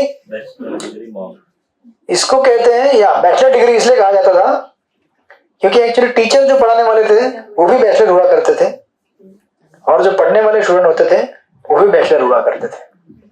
क्योंकि ये चीज क्लियरली बताई गई है कि अगर किसी टीचर को किसी सब्जेक्ट मैटर को ठीक से पढ़ाना है या बच्चे को पढ़ना है तो उसको इंद्रिय तृप्ति के साधनों से विरक्त होना चाहिए। अगर स्टूडेंट लाइफ में आप स्टूडेंट जैसे नहीं है और दुनिया भर की चीजें कर रहे हैं तो आप फोकस कैसे करेंगे पढ़ाई के ऊपर? पढ़ाई करने के लिए फोकस चाहिए ना। और जो पढ़ाई में फोकस नहीं करता, इधर उधर के लफड़े करता है, वो हरे कृष्णा, वो कभी आगे बढ़ता ही नहीं है, फेल हो जाता है। बराबर है कि नहीं?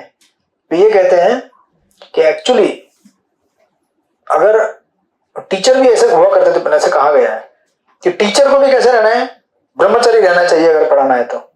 क्योंकि अगर समझो आज चलो अपने स्कूल वाले में देखते हैं ना, कोई टीचर घर में पेपर चेक कर रहे हैं बच्चों के, लेकिन घर में झगड़ा हो गया बीवी से, बच्चे को फेल कर दो, इसको खत्म, सारा गुस्सा पेपर के ऊपर उतार देगा वो। सुना है आपने कभी ऐसा? हरे कृष्णा, हुआ है ऐसा? कहीं आप लोगों ने तो नहीं किया ना भाई? कोई टीचर नहीं है ना आप में से? हम लोग टीचर नहीं है प्रभु। हाँ, हरे कृष्णा। मतलब जैसे उदाहरण दे रहा हूं मैं, कहने का अर्थ ये है कि टीचर को कंप्लीटली फोकस रहना पड़ता है पढ़ाने के लिए, ताकि उसका लक्ष्य पूरा ठीक से पढ़ाने में जाए, राइट? और जो विद्यार्थी है उसको भी उसी प्रकार रहना पड़ता है अगर शिक्षा को ग्रहण करना है तो। इसलिए जो 4 आश्रम में से एक आश्रम है वो है ब्रह्मचर्य आश्रम। एटलीस्ट जीवन के पूरा जीवन नहीं कर सकते, कम से कम 25 साल कर लो। इसलिए छोटे 5 साल की उम्र से लेकर 25 साल लेने के 20 साल लगभग उसको ब्रह्मचर्य आश्रम में शिक्षा दी जाती है, क्योंकि तभी वो ठीक से पढ़ सकता है। ऐसा नहीं कि सिगरेट भी पी रहे हैं और बोल रहे हैं हाँ ठीक है, क्या बताओ ये गणित का उदाहरण कैसे सॉल्व करना है, इससे चरित्र का विकास नहीं होगा। और यही कारण है प्रभुपाद यहाँ पे लिख रहे हैं कि इस प्रकार छात्रों को न तो ब्रह्मचर्य के नियमों की शिक्षा दी जाती है, नहीं शास्त्रीय आदेशों में उनकी श्रद्धा पर रह गई है, राइट? ये उसका कारण है। तो इसलिए ये कहा जाता है कि स्टूडेंट्स को भी अगर इस तरह से अगर सेलिब्रेट रखेंगे, ब्रह्मचारी रखेंगे एटलीस्ट पढ़ाई के फेज में, राइट, तो वो अच्छी तरह पढ़ाई कर सकता है और वो आगे जाके अच्छा चरित्र निर्माण करेगा। इसलिए इसको कहा जाता था बैचलर डिग्री। इसलिए नाम क्या है? बैचलर डिग्री, क्योंकि बैचलर रहते हुए डिग्री लिया है उसने, राइट? अभी आजकल तो सब हरी बोल हो गया उसका, अभी उसका कुछ अर्थ नहीं है, तो मालूम भी नहीं लोगों को बैचलर डिग्री क्या होता है। आज तक पूछा नहीं आप लोगों ने, राइट? पूछना चाहिए कि बैचलर डिग्री क्यों होता है, राइट? इसी प्रकार, क्योंकि स्पेशली स्पिरिचुअल नॉलेज, ज्ञान का ट्रांसफर तब होता है जब सेंस कंट्रोल हो, जब इंद्रियों के ऊपर नियंत्रण हो, तभी जो गुरुजन बता रहे हैं उसका क्या बोलते हैं, उसका ट्रांसफर होता है ज्ञान का। उसको रिसीव करने के लिए क्वालिफिकेशन चाहिए। ऐसा नहीं कि हम लोग क्लास में बैठे हैं सिगरेट पी रहे हैं, हाँ सर आप बोलो कैसे, तो ऐसा नहीं होता है, राइट?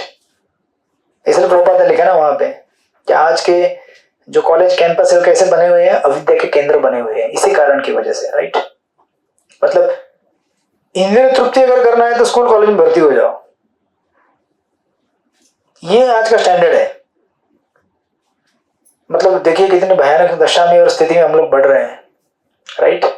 इसलिए प्रभुपाद पुनः पुनः पुनः यहाँ पे क्यों कह रहे हैं, देखिए आगे भी कहते हैं वो, इस प्रकार न केवल सामाजिक तथा राजनीतिक क्षेत्रों में अपितु धर्म के क्षेत्र में भी मनोमालिन्य व्याप्त है, राइट। जनसामान्य द्वारा अविद्या के अनुशीलन के फलस्वरूप संसार के विभिन्न भागों में राष्ट्रीयता का विकास हुआ है। कोई भी यह नहीं सोचता कि यह छोटी सी पृथ्वी पदार्थों का एक पिंड मात्र है और अन्य अनेक पिंडों के साथ साथ असीम अंतरिक्ष में तैर रहा है। अंतरिक्ष की व्यापकता की तुलना में यह भौतिक पिंड वायु में धूलिकणों के समान है। हमारा क्या अस्तित्व है? कुछ भी नहीं है।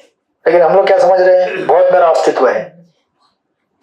क्या हमारा अस्तित्व है? एक छोटा सा एक प्लेनेट हमारा घूम रहा है, इतने सारे अनेक अनेक ब्रह्मांडों में एक ब्रह्मांड, उसमें से अनेक ग्रहों में से एक छोटा सा ग्रह, राइट।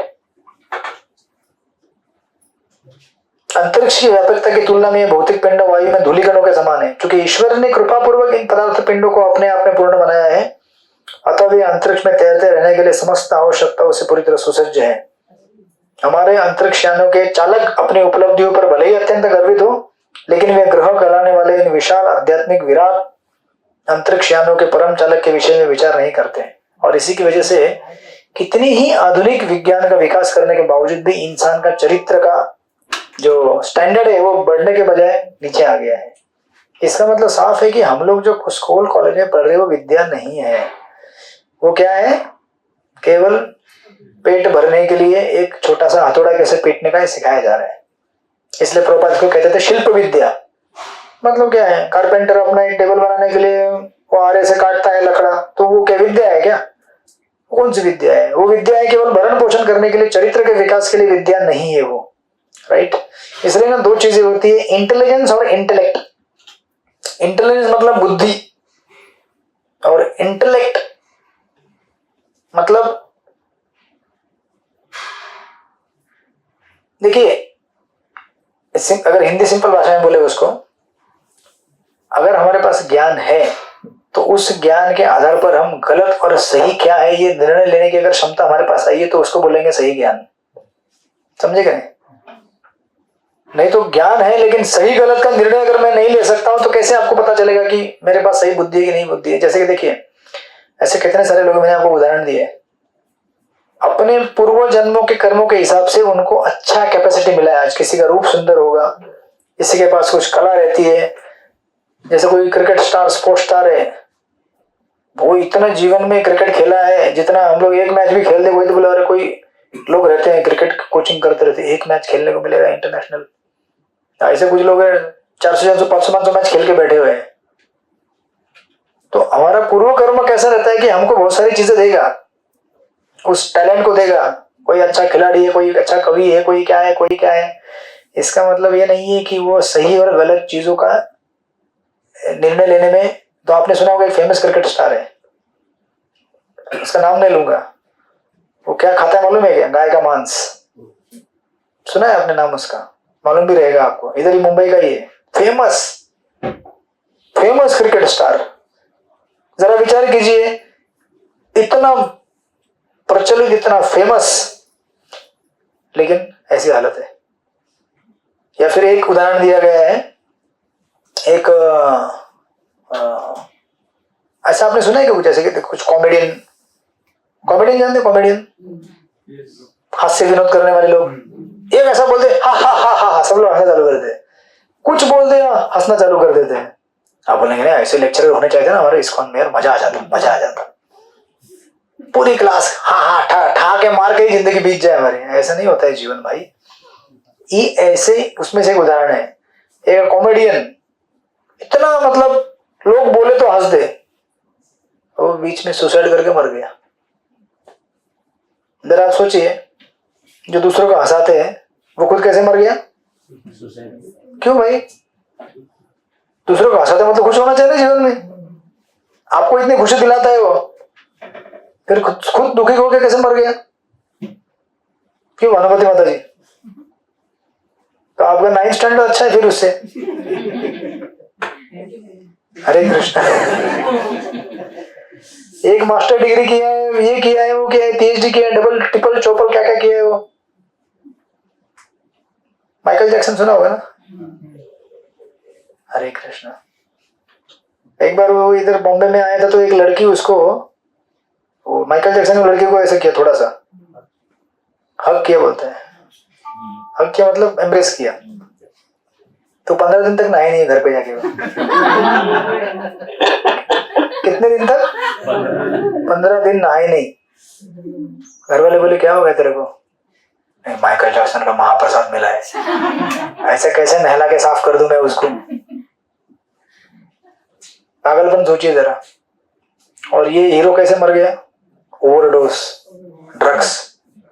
वो भी एनेस्थीसिया लेते थे ना, उसको नींद नहीं आती थी। सो जरा सोचो, दुनिया को नींद दे रहे हो हंसी खुशी गाने गा के और क्या क्या करके, और खुद नींद नहीं आ रही है। आप समझ रहे हैं ना क्या है ये चीज? इसीलिए क्यों बार बार प्रभुपाद यहाँ ईशोपनिषद में कई अपने तात्पर्य में बार बार कहते हैं, लोग कहते हैं हमको राधे राधे करना है, वृंदावन जाना है। अरे औकात है क्या? पहले कैपेसिटी है क्या? राधा रानी कौन है, कृष्ण क्या है, तब तो समझे हो क्या? राधा रानी मतलब निस्वार्थ सेवा का भाव, कुछ भी त्याग करने के लिए तैयार। गोपियां कैसे त्याग करने के लिए तैयार होती मालूम है ना? वृंदावन में कृष्ण ने बांसुरी बजाई तो चल दी, किसी से कुछ लेना देना संसार से। घर वाले बोले लेंगे नहीं घर में वापस, कोई फर्क नहीं पड़ता, हम अभी कृष्ण के शरण में जा रहे हैं। है क्या तैयारी ऐसा? इधर राधे राधे करोगे और उधर ये मेरा बैंक का पैसा ठीक ठाक है ना, वो पेपर प्रॉपर्टी का साइन करते ठीक से, मैं आ रहा हूँ थोड़ा सा, मैं इधर राधे राधे कर रहा हूँ, आ रहा हूँ मैं वापस। तो ऐसे लोग करेंगे भजन। तो इसलिए देखिए, किसी को हंसाना एक कला होती है जो हमारे पूर्व जन्मों के हिसाब से हमें प्राप्त हुई है। इसका मतलब ये नहीं है कि हमारे पास वो क्षमता है कि सही क्या है गलत क्या है उसका निर्णय लेना। इसलिए इंटेलेक्ट और इंटेलिजेंस दोनों में फर्क होता है। इंटेलेक्ट हमें हमारे पूर्व जन्म से मिला हुआ है, कैपेसिटी। ऐसे कितने लोग हैं ऐसे फटफट फटफट फट याद करते हैं श्लोक। इसका अर्थ ये नहीं कि, मतलब ये मैं ये नहीं बोलूँ कि हमारे डिवोटी के लिए, बट कोई भी उदाहरण हो सकता है, कोई गा सकता है अच्छा, कोई मैनेजमेंट कर सकता है। इसका अर्थ ये नहीं कि जीवन में उसका सब कुछ ठीक ठाक है, नहीं। तब होगा जब हमारे चरित्र का विकास होगा, और उसके लिए कृपा चाहिए, साधु संतों की, भक्तों की कृपा चाहिए, राइट। इसलिए कोई ये उदाहरण नहीं, जैसे इंडियन हिस्ट्री में अगर आप उदाहरण लेंगे, 2-3 उदाहरण लेता हूं, नाम नहीं लूंगा क्योंकि ये नाम लूंगा तो आजकल बवाल हो जाता है बहुत, इसलिए नाम नहीं लेंगे अपन। तो इनके नाम भी ऐसे पुराने हैं, आपको याद भी नहीं। एक थे so and so, doctor so and so. तो इनके बायोग्राफी में कहा गया है, इतने फेमस भारत के ये नेता और फिलोसोफर रह चुके हैं, वाइस प्रेसिडेंट भी रह चुके हैं, इतने पॉपुलर थे, बट इसके इतने सारे स्त्रियों के साथ लफड़े।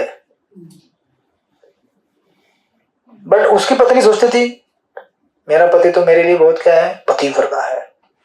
पत्नी भी सोचती थी मैं कितनी पतिव्रता हूं, वो भी सोचता था। लेकिन बाहर संसार में इतने लफड़े। बहुत बड़ा फेमस फिगर है इंडियन हिस्ट्री में, पॉलिटिशियन। उसके बाद और एक था, हरे कृष्णा, ये जो नाम सुना होगा आपने, लॉर्ड माउंटबेटन, उसकी पत्नी के साथ ही पकड़ा गया। ईशोपनिषद के क्लास में बोल रहा हूँ, हरे कृष्ण, क्योंकि आप लोग थोड़े समझदार है। अभी रंगे हाथों, फिर भी इंडियन मीडिया ने इसको पब्लिसाइज नहीं किया, सेंसर कर दिया उसको। इंडिया में ये न्यूज आने नहीं दिया, क्योंकि आजकल या कभी भी समाज में लोगों को जानकारी कहां से मिलती है? न्यूज से। नहीं दिखाया तो किसको मालूम पड़ेगा? जरा विचार कीजिए, देश के प्रधानमंत्री और वाइस प्रेसिडेंट ये सब लोगों की हालत ये है, जनता फिर क्या करेगी? ऐसे आदर्शों को लेकर क्या करेगी जनता, राइट। तो ज्ञान है लेकिन बेचारे क्या है, रजोगुण के शिकार। बड़े बड़े ओहदे हैं, पद प्रतिष्ठा है, लेकिन रजोगुण के कंप्लीट शिकार हो चुके हैं लोग, राइट। इसलिए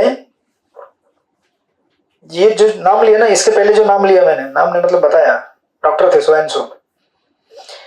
इन्होंने तो पश्चिम देश में भारतीय संस्कृति का दर्शन कराया लोगों को, वहां पे वेस्टर्न वर्ल्ड में। मतलब वेदों को पहली बार इंडिया से वहां लेके जाने का इनका श्रेय था। और इसमें हम कुछ मना नहीं करते कि उन्होंने जो भी किया, लेकिन फिर भी जो रजोगुण का प्रभाव इतना हेवी है, राइट, कि अपने पर्सनल लाइफ में कुछ भी डिसिप्लिन नहीं था। और एक साइंटिस्ट है फेमस, आइंस्टाइन, इनका तो पब्लिकली वो इंटरनेट पे सब लिखा हुआ है। बाहर के है ना, तो अपने को ज्यादा प्रॉब्लम नहीं है। हिंदी वाला लेक्चर ज्यादा समझ में नहीं आता बाहर, मुझे पता नहीं वो बोलेंगे, बट ये डॉक्यूमेंटेड हिस्ट्री में है, ऐसा नहीं कि मैं कह रहा हूं। ये आइंस्टाइन मतलब 20वीं शताब्दी के सबसे बड़े वैज्ञानिक माने जाते हैं, समझे कि नहीं आप लोग? कोई बोले आइंस्टाइन बनना है, मुझे आइंस्टाइन बनना है, बोलते हैं बच्चे, आइंस्टाइन जैसा दिमाग किसको मिलेगा, राइट। और ये न्यूटन के सक्सेसर माने जाते थे, मतलब न्यूटन के बाद यही माना जाते थे। इतने बड़े, न्यूटन का नाम सुना होगा ना आपने? हाँ, तो सबने सुना है, भानुमती माता जी आपने भी सुना है, मतलब न्यूटन काफी फेमस है। और हाँ जी, हाँ, बच्चों को मालूम है न्यूटन का लॉ है ना, आइंस्टाइन भी सुना है सब लोगों ने, बराबर है क्या नहीं? लेकिन उनके बायोग्राफी, स्केच या सब बहुत सारे उसमें लिखा हुआ है। अगर उनके जीवन देखेंगे तो उनका कॉलेज में अफेयर था, हरे कृष्ण, आप बोलेंगे तो नॉर्मल चीज है। आप, मैं व्यक्ति को ये नहीं कर रहा हूँ, उसने जो कार्य किया, जो किया वो अच्छी बात है, लेकिन चरित्र के बारे में अगर हम बात करें, उसका कॉलेज में अफेयर था, उसके बाद उसका शादी हुआ, लंबे समय तक उसका कजिन के साथ अफेयर था। आप बोलेंगे यीशु मसीह की क्लास पढ़ा रहे हैं आप लोग। समझने की कोशिश कीजिए, प्रभुपाद जी हमें जो विद्या का विकास करने के लिए कह रहे हैं, ये विद्या का विकास विश्वविद्यालय शिक्षा से नहीं होता है, इसका विकास शास्त्रों के अध्ययन से होता है और गुरु साधुओं के कृपा से होता है। उसके बाद उनका विवाह हो गया, फाइनली मतलब अफेयर था लंबे समय तक, बाद में उसने अपनी पत्नी को डिवोर्स देकर उसके साथ ही विवाह कर लिया, कजिन के साथ। Is a hard chain smoker. जरा विचार कीजिए, एक तरफ है विज्ञान का इतना बड़ा आविष्कार, क्या नाम गिना जाता है उनका वैज्ञानिक क्षेत्र में, लेकिन अगर इंद्रिय नियंत्रण, संतुष्टि, ये सब अगर देखें जीवन में, तो टोटल फेल। तो अभी आप बच्चों को क्या बनाना चाहते हैं, आप सोचिए जरा, राइट? क्या आदर्श देना चाहते हैं? आजकल के बॉलीवुड के तो वो खटारा पंक्चर भंगार लोग तो छोड़ दीजिए, जो लोग आप बोलते हैं कि पिक्चर में इतना भारी भारी दिखाते हैं और बाद में गुटखा, ये तो कुछ गिनती नहीं है। लेकिन ये देखिए ना जरा, जिन्होंने वास्तविक समाज के लिए कुछ काम किया, बड़े बड़े आविष्कार किए वैज्ञानिक, लेकिन इनका हालत ऐसा है। इससे भी भयानक एक उदाहरण है, स्टीफन हॉकिंग करके आपने सुना होगा। स्टीफन हॉकिंग बड़े भयानक, मतलब वैज्ञानिक क्रांति है, सुने ना आप लोगों ने? इतने भयानक नाम है कि स्टीफन हॉकिंग, अरे बाप रे, अभी के सेंचुरी का। लेकिन ये व्यक्ति जब पैरालाइज हो गया था, जो भी हो गया था, उसको फिजिकली हैंडीकैप हो गया था वो। क्या उबाल रहे हैं बार बार ये लोग? थोड़ा अभी ज्यादा नहीं, आधा घंटा बाकी है, उसके बाद उबाल लो। तो ये स्टीफन हॉकिंग जो है, यीशु मसीह की क्लास चल रही है, ये प्रभुपाद के पॉइंट्स को समझने के लिए सब पॉइंट्स यहाँ पे ऐड किए मैंने। तो कहते हैं कि एक्चुअली ये जब फिजिकली पैरालाइज हो गए थे, हैंडीकैप हो गए थे, मतलब एक ही जगह बैठना और कुछ हिलना डुलना नहीं, तो उनको एक सेवा करने के लिए नर्स लगाई गई थी। ये उस नर्स के साथ ही अफेयर कर दिया, हरे कृष्ण। तो ये उसके जो बच्चे थे, बच्चों के सामने चल रहे हैं सब। बच्चे बोले पिताजी आपको ऐसा करने की क्या जरूरत है, क्या कर रहे हैं आप ये सब? बच्चे कह रहे हैं, तो बोले मैं दुनिया को दिखाना चाहता हूँ कि मैं पुरुष हूं। तो ऐसे दिखाओगे, अफेयर करके दिखाओगे, पत्नी है, सब कुछ है, राइट? तो एक्चुअली ये जितने भी उदाहरण हैं, जरा सोचिए, उनके अपने घर के लोग उनसे मतलब डिस्गस्टेड बोलते हैं उसको, मतलब घृणा हो रही है। घर के खुद के लोग बोल रहे हैं सामने से कि क्या कर रहे हो आप, ये इतना बड़ा वैज्ञानिक इस सदी का, लेकिन अगर चरित्र के मामले में ऐसी हालत खराब है, राइट? तो अगर हाँ जी, इन लोगों को नोबेल पारितोषिक भी दिया गया, तो नोबेल देने वाला भी ऐसा ही था ना, हरे कृष्ण। तो इनका ये फोकस रखने का जो कैपेसिटी था या इन्वेंशन, वो उनको, हाँ, ये उनके पूर्व कर्म का हिसाब है। इनका जो भी विज्ञान का आविष्कार करना या कुछ, अभी सोचिए ना जरा एक मिनट, अभी इंडियन हिस्ट्री में भी अगर आप देखेंगे, मैंने जो उदाहरण दिए, बिना किसी कैपेसिटी के कोई भी बड़े ओहदे पे नहीं जाता है ना। भौतिक जगत में बोल रहा हूँ मैं, आध्यात्मिक नहीं बोल रहा हूँ। कोई अच्छा अगर इंजीनियर तो इंजीनियर है, इसका मतलब ये नहीं कि वो जीवन में अपने अच्छा है, क्योंकि अच्छा और बुरा इसको परखने की कैपेसिटी आपके पूर्व जन्मों के कर्मों के स्किल के हिसाब से नहीं मिलती है, बल्कि इस जीवन में की गई भक्ति से मिलती है। ये फर्क होता है इंटेलिजेंस और इंटेलेक्ट में। तो इसीलिए अगर आप बोले स्टीफन हॉकिंग, बाप रे इतना बड़ा डैजल और इतना बड़ा ये, इससे आप भ्रमित ना होइए। उसी प्रकार बनेगा, बहुत साल पहले बिल क्लिंटन का आया था, बिल क्लिंटन अमेरिका के प्रेसिडेंट का सेक्रेटरी। हाँ जी, मोनिका लेविन्स्की। हाँ ठीक है, वो नाम मुझे पता नहीं है, तो पूरा हिस्ट्री स्टडी करके रखा आपने। तो ऐसा नहीं है कि देखिए हमको किसी की निंदा नहीं करनी है। संसार में जो लोग हैं, इवन कभी कभी आप किसी डिवोटी के बारे में सुनेंगे, भौतिक जगत है, यहाँ पे किसी का भी आकर्षण रजोगुण से अगर हो गया तो उसको इसका शिकार हो जाता है। वो कहने का तात्पर्य ये नहीं है कि हम किसी की निंदा करना चाहते हैं। कहने का तात्पर्य ये है कि विद्या का विकास करने के लिए हमें इन चीजों का शरण लेना होता है। विद्या का विकास आपके आधुनिक शिक्षा से नहीं होता है, ये प्रभुपाद का तात्पर्य का पॉइंट बताने का है, राइट। अदरवाइज इन सारे लोगों के पास जितना कैपेसिटी था, इतना कैपेसिटी हमें से किसी को भी मिलेगा नहीं। कोई आइंस्टाइन बन सकता है क्या यहाँ पे? लेकिन आइंस्टाइन डिवोटी नहीं बन पाया, आप डिवोटी बन सकते हैं, इस भौतिक जगत से मुक्त हो सकते हैं, जो वो नहीं कर पाया, राइट। क्योंकि आपको संग मिला है प्रभुपाद का, भक्तों का। इसलिए राधा स्वामी महाराज कहते हैं शास्त्रों को मेमोराइज करना, यानी कि पाठांतर करना, उनको बोलना, इसके लिए क्या चाहिए आपको? थोड़ा सा पूर्व जन्म का थोड़ा कैपेसिटी चाहिए ना, पूर्व कर्म हमारा, पिछले जन्म का कैपेसिटी चाहिए, पढ़ाई कर्म जो रहता है अपना। तो आप में से कितने सारे लोग श्लोक पाठांतर कर सकते बताइए? कोशिश कर सकते, लेकिन ऐसा नहीं ना कि 700 के 700 श्लोक पढ़ सकते हैं गीता का, नहीं ना, कोई कर सकता है क्या? नहीं प्रभु, इसका मतलब ये नहीं है कि आप फेल हो गए ड्यूट, नहीं ना। आप अगर रोज 16 माला करें, 4 नियम पालन करें, प्रभुपाद आपको भगवत धाम लेके जाएंगे। ये नहीं बोलेंगे इसको 700 श्लोक नहीं आता था, इसको आता था, इसको लेके जाऊंगा, नहीं ना। क्योंकि श्लोक पाठांतर करने की जो कैपेसिटी है वो हमारे पूर्व जन्मों के हिसाब से है, किसी में हो सकती है, किसी में नहीं हो सकती है। लेकिन भक्ति करने की जो श्रद्धा है वो कहां से मिलती है? महाराज जी कहते हैं बट शास्त्रों में विश्वास करना। देखिए चीजों को बोलना एक बात होती है, उसमें विश्वास करके उसको जीना दूसरी बात होती है। तो अगर आपको शास्त्र में विश्वास करना है और उसको जीना है, तो उसके लिए आपको चाहिए आशीर्वाद भगवान के भक्तों का। जिसको आशीर्वाद मिला उसको एक भी श्लोक ना आता हो, लेकिन वो अपना रोज 16 माला करेगा, रोज 4 नियम पालन करेगा। जिसको आशीर्वाद नहीं है उसको बहुत भला कुछ आता हो बड़ा, लेकिन गड़बड़ सब कुछ लाइफ में। कृपा चाहिए, इसलिए महाराज जी कहते हैं, इसलिए कहते हैं।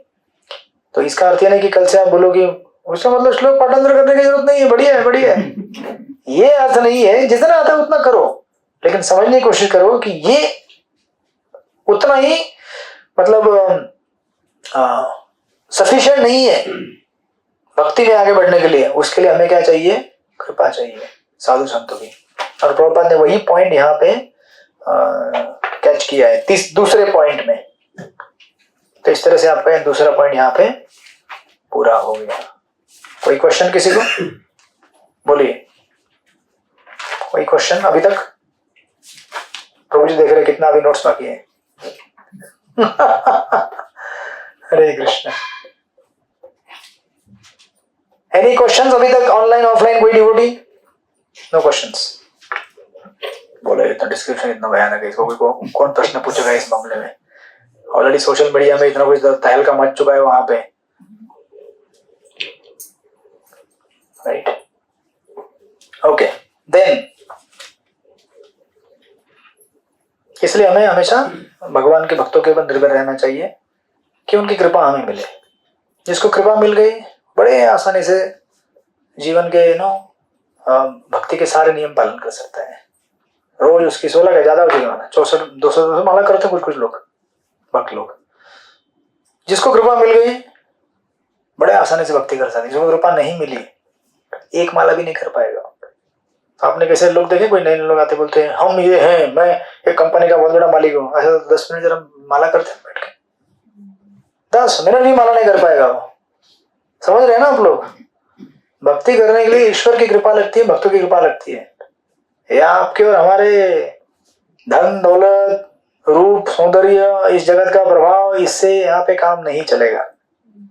यहाँ केवल हृदय का एक ये होना चाहिए भाव कि मुझे भगवान के पास जाना है, मैं संसार में पतित व्यक्ति हूँ, ये भाव रहेगा बस आपकी गाड़ी चल जाएगी। अगर नहीं है डूब जाओगे। तो this is second point. Then उसके बाद तीसरा पॉइंट जो कि तीसरे पॉइंट में हमें बोल रहे विश्व के अलग अलग देशों की चिंता, राइट। अभी इतना तो चिंता मैंने बता दी ऑलरेडी आपको। अभी और प्रभुपाद कह रहे हैं सूर्य असंख्य है और ग्रह मंडल भी असंख्य है। परमेश्वर के सूक्ष्मतम अंश के रूप में हम क्षुद्र प्राणी इन असीम लोकों पर अपना आधिपत्य जमाना चाहते हैं। इस प्रकार हम बार बार जन्म लेते हैं और मरते हैं और सामान्यतः हम बुढ़ापे तथा रोग से हताश हो जाते हैं। मनुष्य की आयु लगभग 100 वर्ष निर्धारित है, यद्यपि यह धीरे धीरे घटकर 20-30 वर्ष तक पहुंच रही है। भला हो अविद्या की संस्कृति का मूर्ख लोगों ने इन लोगों के भीतर अपने अपने राष्ट्र बना रखे हैं ताकि वे इन कुछ वर्षों तक अधिक प्रभावी ढंग से इंद्रिय भोग कर सके। ऐसे होता है ना। आजकल लोग क्यों बोलते ये मेरा बाउंड्री यहाँ से आने का नहीं, क्यों? ताकि मैं इस बाउंड्री में अच्छी तरह से बैठ के आहार निद्रा भय मैथुन कर सकूं। मेरे आहार निद्रा भय मैथुन को डिस्टर्ब मत करो। बाउंड्री बना के क्या करना? थोड़ी भजन करना चाहता है वो, नहीं ना, ज्यादा से ज्यादा भोग करना चाहता है। ऐसे मूर्ख लोग अच्छी तरह राष्ट्रीय हदबंदी तैयार करके विविध योजनाएं बनाते हैं जो कार्य पूर्ण रूपेण असंभव है। इसके चलते प्रत्येक राष्ट्र अन्य राष्ट्रों के लिए सरदर्द बना हुआ है कि नहीं आजकल सरदर्द। राष्ट्र के आजकल तो एक गांव दूसरे गांव के लिए, एक पड़ोसी दूसरे पड़ोसी के लिए सरदर्द बना हुआ है। और घर में अगर कीर्तन लगा दे पड़ोसी आवाज करता है, ए तुम आवाज मत करो सुबह सुबह, तुम्हारे घर से घंटी की आवाज तो सुबह मेरा नींद खराब होता है क्योंकि मैं सुबह 4 बजे सोता हूँ, तुम 4 बजे उठते हो। ऐसा होता है ना। तो अविद्या कितना विकसित कर लिया है कि रात भर लोग जगते हैं और सुबह 4 बजे सोते हैं। विद्या है ये, राइट। किसी भी राष्ट्र की 50% से अधिक शक्ति सुरक्षा साधनों में लगी होने के कारण व्यर्थ चली। ये तो 50% प्रबंध तब लिखा था। अभी अगर आप देखेंगे देश का डिफेंस वाला बजट मैक्सिमम उसी के ऊपर ज्यादा पैसा खर्च होता है कि अपने बाउंड्री बचाओ भाई देश की। जायज भी है, अच्छा है, लेकिन करे क्या? ऐसा आपने भयानक स्थिति बना के रखा है कि एक दूसरे के लिए मारामारी करने के लिए, मारने के लिए लोग तैयार है। तो देश का बाउंड्री बचाने के लिए हमको इतना पैसा खर्च करना पड़ता है। तो फिर मंदिरों में भगवान का नाम कीर्तन करने में कहाँ पैसा खर्च करोगे? कैसे खर्च करोगे? कहाँ पैसा बचा आपके पास? वास्तविक ज्ञान के अनुशीलन की कोई परवाह नहीं करता, फिर भी लोगों को भौतिक तथा आध्यात्मिक ज्ञान में उन्नति करने का झूठा गर्व है। बोलते ना, मेरा बेटा लंदन जाके MBBS करके आया है। अच्छा, कोने में बैठ के सिगरेट पी रहा है उधर कोने में बैठ के, बहुत बढ़िया। तो इस तरह से डिग्रेडेशन हुआ है हमारे आधुनिक शिक्षा की वजह से, राइट। और आधुनिक शिक्षा ऐसा दुनिया है जो 2 प्रॉब्लम तैयार करता है। चतुर्थ प्रभु कहते हैं डाउट एंड डिजायर। आधुनिक शिक्षा क्या करता है? हमारे संस्कृति के बारे में हमें डाउट बनाता है। डाउट, कुछ भी बोलते हैं वो लोग, किधर भगवान खाते हैं, ऐसा डाउट देता है। बराबर है क्या नहीं? और दूसरा डिजायर देता है, राइट। डिजायर कैसा? इंद्रिय तृप्ति करने का इच्छा देता है। ये तो सिखाया जाता है ना आपको, कमाओ खाओ और ज्यादा से ज्यादा भोग करो, थोड़ी विरक्त होने के लिए कहा जाता है। एक्चुअली शंका आना ये बुद्धि का एक पार्ट है, लेकिन सही चीजों पे शंका आनी चाहिए हमको, गलत चीजों पे नहीं, राइट। इसलिए कृष्ण गीता में कहते हैं मयि अर्पित मनोबुद्धि, आप मुझे आपकी बुद्धि और मन दोनों अर्पण कर दो, क्योंकि ये दोनों समस्या है आपके लिए। जब तक आप अपनी बुद्धि और मन दोनों मुझे अर्पित, क्योंकि बुद्धि से शंका आती है और मन में बहुत सारी इच्छाएं आती है, दोनों हमारे लिए समस्याएं भक्ति करने के लिए। तो कहते हैं दोनों मुझे अर्पित कर दो, राइट। लेकिन इन दोनों में कहते हैं कि डाउट जो रहता है वो ज्यादा डेंजरस रहता है, राइट।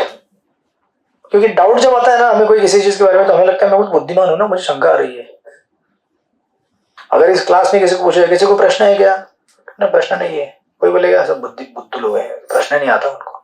उसमें से एक को अगर प्रश्न आता है ना, तो जी ये ऐसे कैसे, तो उसको क्या लगता है, अरे बाप रे मेरे जैसा बुद्धिमान कोई है नहीं इस क्लास में, क्योंकि मुझे कुछ डाउट आया। अरे डाउट आया तो कोई बुद्धिमानी का सवाल नहीं है, वो तुम्हारे अंदर प्रॉब्लम है, हो सकता है, इसका मतलब ये नहीं कि प्रश्न नहीं पूछना चाहिए, लेकिन डाउट आना मतलब ये अर्थ नहीं हुआ कि मैं बुद्धिमान हूं, लेकिन लोगों को ऐसा लगता है कि मैं बुद्धिमान हूं, मुझे डाउट आया है, राइट। और आधुनिक शिक्षा जो है उसका काम ही है लोगों के अंदर डाउट तैयार करना, सनातन संस्कृति के बारे में, भगवान के बारे में, राइट। तो अभी इन दो चीजों को कैसे हम हैंडल कर सकते हैं, तो उत्तर आगे के पैराग्राफ में प्रभुपाद ने दिया है, बट जस्ट उसके पहले मैं 2-3 लाइन यहाँ पे जोड़ रहा हूं कि आधुनिक शिक्षा हमें बहुत सारे अननेसेसरी डाउट देते हैं, राइट। और भक्ति में लाने के लिए लोगों को हमको कितना मेहनत करना पड़ता है। किसी को भी अभी लोग बोलते हैं शिवलिंग में क्यों दूध चढ़ाते हो, क्यों चढ़ाते हो भाई, गरीबों को क्यों नहीं बांटते हो, बोलते हैं लोग ऐसा। ये तो बहुत सिंपल मैंने बोला, जो कितने हजारों डाउट लोग देते हैं, तो उनको बोलेंगे तो उन्हें पगार से दोगे क्या गरीबों को बांटने के लिए, चुप बैठेगा ना, वो नहीं कर सकता मैं, तो मुझे करने दो ना, मुझे जो करना है मैं करूंगा, ऐसा बोलेगा।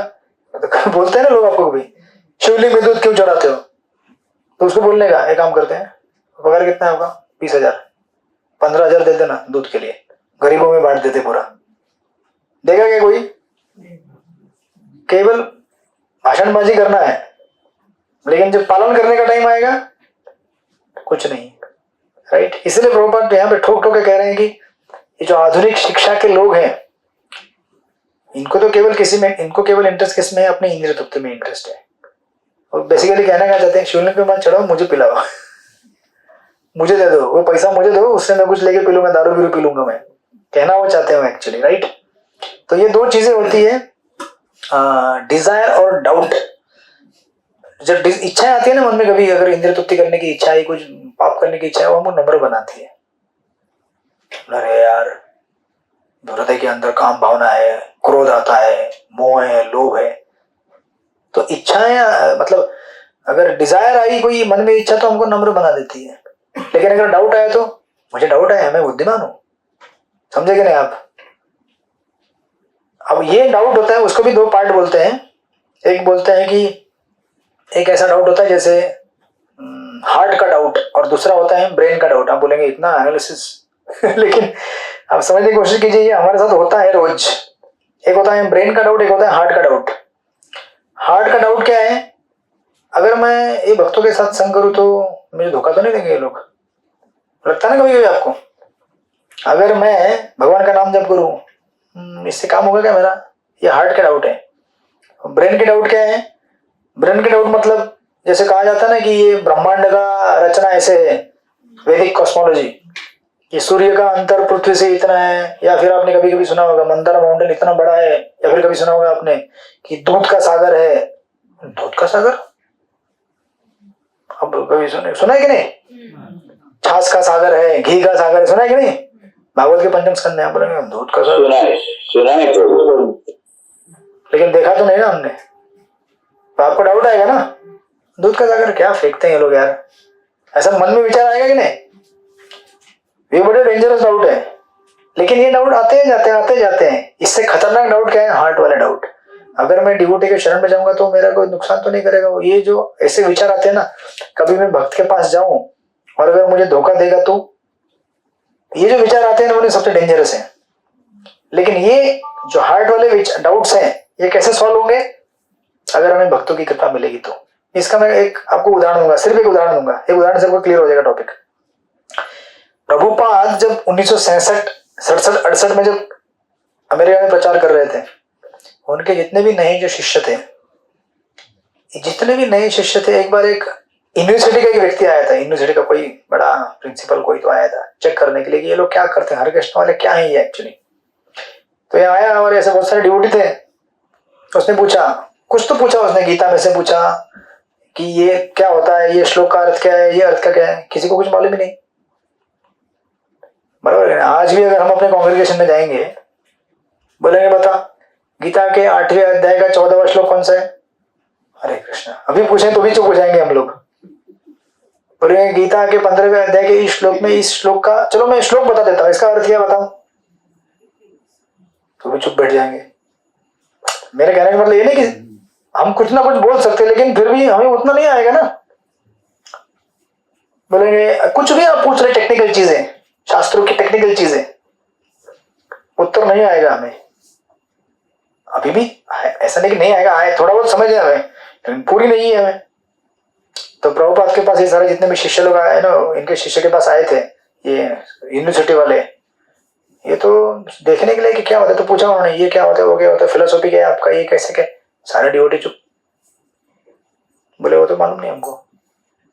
तो बोले आपको क्या मालूम है? हाँ हमें ये मालूम है कि मुझे अगर भगवत धाम जाना है तो मुझे हरे कृष्ण जप करना है, मुझे अगर भगवान के पास जाना है, मुझे अगर अनर्थों का शमन करना है तो मुझे गुरु की सेवा करनी है, ये मुझे मालूम है। तो ये लोग आश्चर्यचकित हो गए, बोले अभी जरा विचार कीजिए ना, अभी आपके स्कूल के बुक कौन से होते हैं, फिजिक्स केमिस्ट्री ये सब, बराबर ना। समझो कोई एक डॉक्टर है, जिसको डॉक्टर को मेडिकल की किताबें पढ़नी चाहिए ना, पर मालूम नहीं होना चाहिए कि उसकी किताब में कहाँ क्या लिखा हुआ है, वो मालूम नहीं है, फिर भी डॉक्टर है वो। आप बोलेंगे ऐसा कैसा डॉक्टर है? आपको समझ में आ रहा है कुछ? अगर कोई इंजीनियर है, उसको इंजीनियरिंग का कुछ मालूम नहीं पड़ रहा ज्यादा, लेकिन इंजीनियर है वो। हरे कृष्ण, समझ में आ रहा है कुछ आपको? ईश्वर की क्लास चल रही है, ये मंत्र पूरा होने जा रहा है आज। अगर कोई डॉक्टर है, उसको पूरा मेडिकल बुक का कौन सा, अभी मेडिकल डॉक्टर है एमबीबीएस, तो उसको मालूम होना चाहिए ना कि हार्ट के पास में, किडनी के पास में कौन सा वायर, कौन सा खून पसीना कहाँ से जा रहा है, कहाँ से टॉयलेट निकलता है, कहाँ से पेशाब निकलता है, सब मालूम होना चाहिए ना। मालूम नहीं है उसको। तो ये डिवोटी के पास जब आए यूनिवर्सिटी वाले, बोले जो पूछता हूँ मालूम नहीं है, कौन सा शास्त्र में क्या लिखा है, कहाँ लिखा है, कैसे क्या, कुछ मालूम नहीं। लेकिन इनको अगर मैं देखूं, इनके जीवन में क्या शुद्धता है, क्या पवित्रता है। सुबह 3:30 बजे कौन उठता है? इंजीनियर कोई उठता है क्या पढ़ा लिखा? लेकिन ये डिवोटी फेल 8वीं क्लास, ये सुबह उठता है 3:30 बजे, उठ के मंगल आरती आता है, 16 माला करता है, 4 नियम पालन करता है। तो आपको समझ में आ रहा है क्या हो रहा है यहाँ पे? अभी इसको कहते हैं, इसको कहा गया है, समझ रहे हो? हाँ, इसको कहते हैं फिलॉसफी में क्लैरिटी नहीं है, तत्व दर्शन मालूम नहीं क्या है, बट इनको मालूम है जीवन में क्या करना है। आप समझे कि नहीं समझे? शास्त्र मालूम नहीं पढ़ रहे क्या है, लेकिन शास्त्रों का निचोड़ क्या है और शास्त्रों का उद्देश्य क्या है वो मालूम है। ऐसा हम सबके साथ होता है नहीं? इसीलिए किसी भी ड्यूटी को भी जज नहीं करने का। इसको कितने श्लोक आते हैं? अरे तुमको कितने आते हैं? 700 श्लोक आते हैं मुझे। तो लेकिन अहंकार देखो कितना है, तो तुमको एक भी श्लोक नहीं आता है। तो उसको एक भी श्लोक नहीं आता है, लेकिन नम्रता देखो उसके अंदर कितनी है। और देखो अपनी चैंटिंग कैसे करता है, देखो भक्तों के साथ कैसे रहता है, कैसे सेवा करता है। मुझे बहुत कुछ आता है, लेकिन मैं इतना भारी हूं कि मुझे कोई उठा के सेवा के लिए लेके नहीं जा सकता। मैं सबके ऊपर बोझ हूं। मेरे लिए प्रसाद का प्लेट लेके आओ, मेरे लिए अच्छा प्रसाद बनाओ, ये नहीं चलेगा, वो चाहिए, मेरे लिए आसन ठीक से होना चाहिए, पानी का शुद्ध बोतल होना चाहिए। हरे कृष्ण। तो आपने क्या फिलोसॉफी सीखा है? सीख के भी न सीखे हुए जैसा हो गया ना। और जिसको शिक्षा नहीं है वो भी पूरा सीख गया है। तो इसको बड़ा आश्चर्य हुआ। यूनिवर्सिटी वाला व्यक्ति बोला, अरे बाप रे, इनको कुछ मालूम नहीं, लेकिन फिर भी सब कुछ मालूम होने जैसा रहता है। समझे ना? फिलोसॉफी में कुछ भी मालूम नहीं, लेकिन इनको इतना पक्का पता है कि मुझे अगर शुद्ध होना है तो देखिए, महामंत्र जप करने के लिए श्रद्धा और विश्वास होना, ये आपके बस की बात नहीं है, मेरे बस की बात नहीं है। ये केवल जब आपको गुरु और साधु और वैष्णव कृपा दे तो ये श्रद्धा का विकास होता है। तो हम जो शास्त्र पढ़ते हैं ये क्या है? श्रील प्रभुपाद की कृपा प्राप्त करने के लिए कर रहे हैं। इसके लिए नहीं कि मैं इसको पढ़ के मैं बड़ा बड़ा विज्ञानी बन जाऊं, भक्ति शास्त्री बन जाऊं, मैं बहुत बड़ा आदमी बन जाऊं, इसके लिए नहीं कर रहे हम लोग। ये हम प्रभुपाद को दिखा रहे हैं, प्रभुपाद आपकी किताबों में क्या लिखा हम समझना चाहते हैं, और जितना आप समझेंगे, लेकिन हम समझने की कोशिश करेंगे, इससे आपकी कृपा हमें मिलेगी कि हमें जप करना है। तो जब इनको समझ में नहीं आया, ये साइंटिस्ट, ये जो यूनिवर्सिटी से आए थे लोग, इनको नहीं समझ में आया तो ये सोचने लगे कि क्या करे क्या करे क्या करे, कैसे समझे। तो ये प्रभुपाद के पास पहुंच गए। जब प्रभुपाद के पास पहुंचे तब उन्हें पता चला, ओ हो, इनके पास जो भी श्रद्धा है, जो भी निश्चय है, ये इनका नहीं है। ये इनको किसने दिया है? ये स्वामी ने दिया है। ये देखो स्वामी का जीवन कैसा है, इतना क्लैरिटी, इतनी शुद्धता, इतना कन्विक्शन, इतना मतलब जीवन में पारदर्शिता। ये व्यक्ति जो है ना, इसको पालन करके ये लोगों को इतना पता चल गया है कि हमें स्वामी जी जो कहते हैं वो करना है। स्वामी जी ने कहा है ना जपा करना है रोज सोने वाला, हमें करना ही है। स्वामी जी ने कहा है लंदन जाओ मंदिर बनाने के लिए, 4 भेजे थे ना ऐसे प्रभुपाद ने। तो लंदन जाएंगे हम लोग, हमको मालूम है वहां क्या खाने पीने के रहने के लिए कुछ मालूम नहीं। प्रभुपाद जब भारत से अमेरिका गए, अपने साथ कितना रुपया लेके गए थे? आज ही गए थे प्रभु। अच्छा आज ही गए थे? आज गए थे, आज गए थे, 10 अगस्त के दिन गए थे। 10 अगस्त नहीं 15 को गए थे। आज गए थे, आज गए थे पक्का? प्रभु जी आज ही गए थे, सुबह भागवतम क्लास में भी था। ओके। आज के दिन गए थे। आज तो जरा सोचिए, हरे कृष्णा, बराबर कॉन्फिडेंस बन रहा है ना? हाँ वो ओके आज ही गए थे, सितंबर को पहुंचे वो। जरा सोचिए, मतलब प्रभुपाद जी अमेरिका जब गए तो कितना रुपए लगे? 40 रुपया, मतलब वो $1 भी नहीं होता है, नॉट इवन $1। तो किस विश्वास में गए प्रभुपाद वहां पे? किस विश्वास में? भरोसा, भगवान का भरोसा, भगवान का भरोसा और साथ में गुरु का आदेश। गुरु ने बोला है ना ये काम होना है, गुरु ने बोला है मतलब ये काम होना ही है। मुझे क्या करना है कि निमित्त बनना है, मुझे और कुछ नहीं करना है। मुझे कितना आता है मुझे मालूम नहीं, कितना मैं बोल सकता हूँ मुझे मालूम नहीं है, मैं कितना बड़ा संस्था बना सकता हूँ मुझे मालूम नहीं है। मेरा काम है केवल गुरु ने जो कहा वो करना। तो जब ये इनिशिएटिव वाला आदमी मिला, प्रभुपाद से बोला ओ हो ये है स्वामी जी के विश्वास, श्रद्धा, शक्ति, भक्ति, इसका परिणाम ये बच्चे लोग हैं जिन्होंने कभी कृष्ण का नाम नहीं सुना, जिन्होंने कभी कोई शास्त्र नहीं पढ़े। ये लोग मांस मछली मदिरा छोड़कर भक्त क्यों बन रहे हैं? किसके दम पे बन रहे हैं ये लोग? हम भक्त किसके दम पे बने हैं? गुरु के। हमारे जो गुरु आचार्य हैं, राधानाथ स्वामी महाराज है, लोकनाथ स्वामी महाराज है, गोपाल कृष्ण गोस्वामी महाराज, जो भी हमारे गुरु वर्य रहेंगे, जिन्होंने प्रभुपाद को फॉलो किया, तो प्रभुपाद ने अपने गुरु को फॉलो किया। आप समझे कि नहीं? इसीलिए प्रभुपाद यहाँ पे बार बार लिख रहे हैं और ये लास्ट का पॉइंट उसी से कनेक्ट होता है, राइट? ये जो लास्ट का पॉइंट, चौथा पॉइंट, केवल धीर पुरुष विद्या प्रदान कर सकता है। समझे कि नहीं? क्योंकि धीर पुरुष विद्या केवल अपने पाठांतर करने की शक्ति से नहीं करता है, बल्कि अपने आध्यात्मिक शक्ति से करता है। आप ये ना सोचे कि मुझे 4 श्लोक पाठ करने आते तो मैं प्रचारक बन जाऊंगा, नहीं बनेंगे आप। प्रचार करने के लिए आपके लेक्चर की आवश्यकता नहीं है, आपका विश्वास कितना है उसमें, उस चीज की आवश्यकता है। क्योंकि प्रचार ये आपको केवल उसके दिमाग तक नहीं पहुंचाना, उसके हृदय तक पहुंचाना है।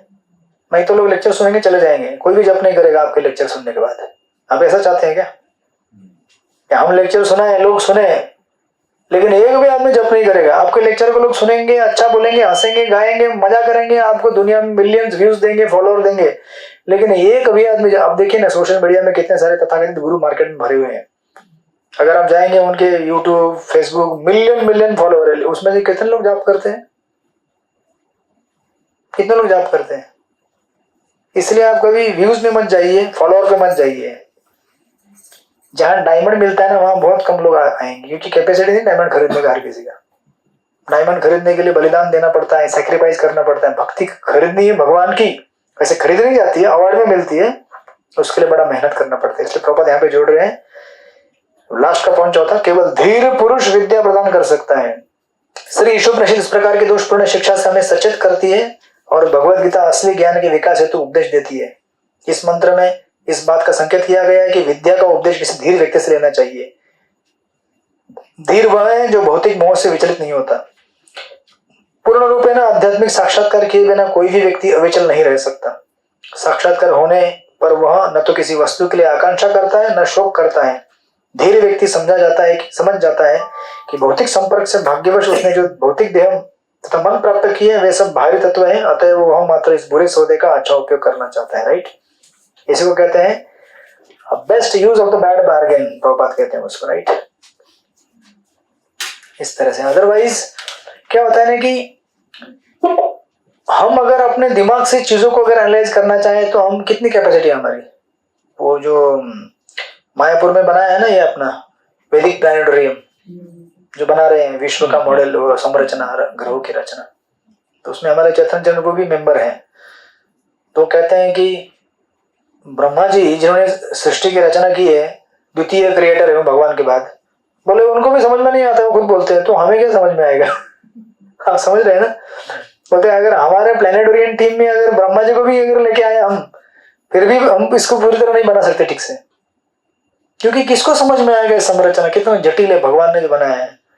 तो हमें जितना समझ में आएगा उतना बनाएंगे, लेकिन हमें इतना जरूर समझ में आए कि हमें भगवान के नाम का जाप करना है, हमें 4 नियम का पालन करना है, भक्तों से हमें लड़ाई झगड़ा नहीं करना है, वैष्णव के संरक्षण में रहना है, वैष्णव के ऊपर राज्य नहीं करना है, उनके राज्य के अधीन रहना है। अगर ये हमें समझ में आया तो हमारे शिक्षा का सार सफल हो गया, हमारे भक्ति शास्त्री का सार सफल हो गया।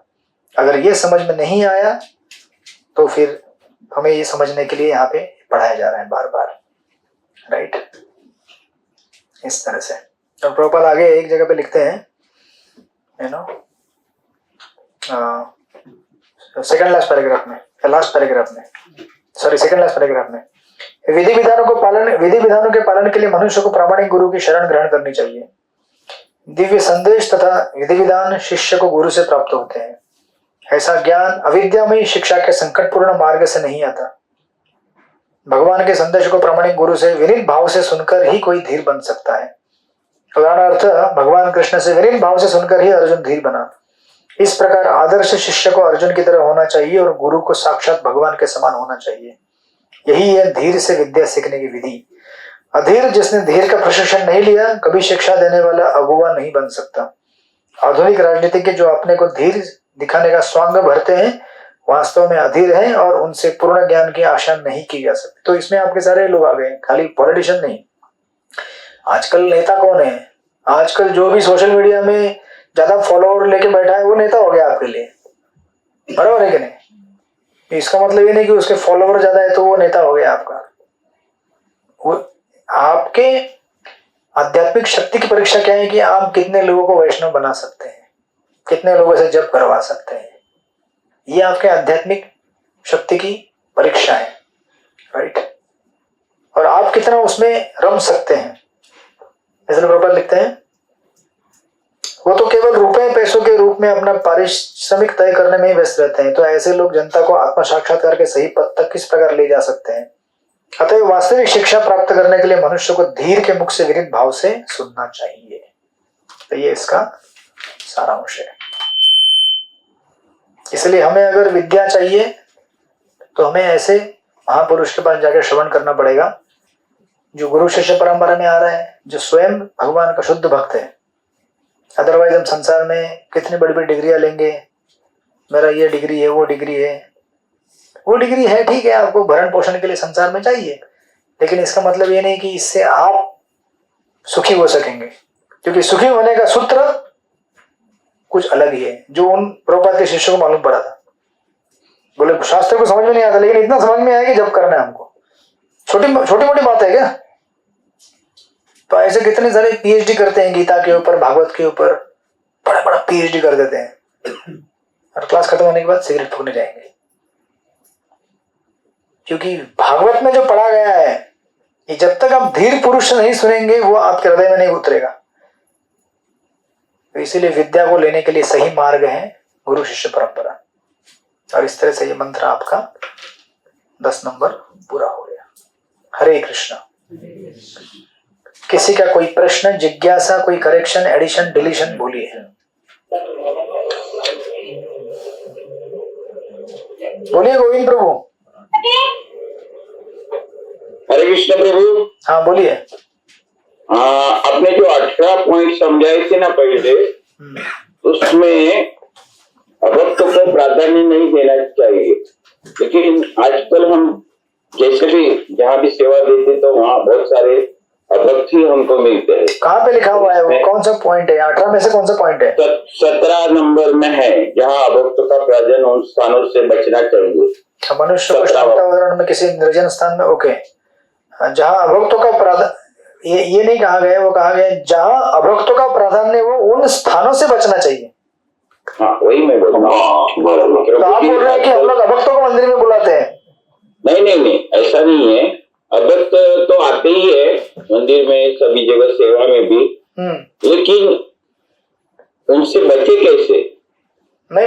उससे।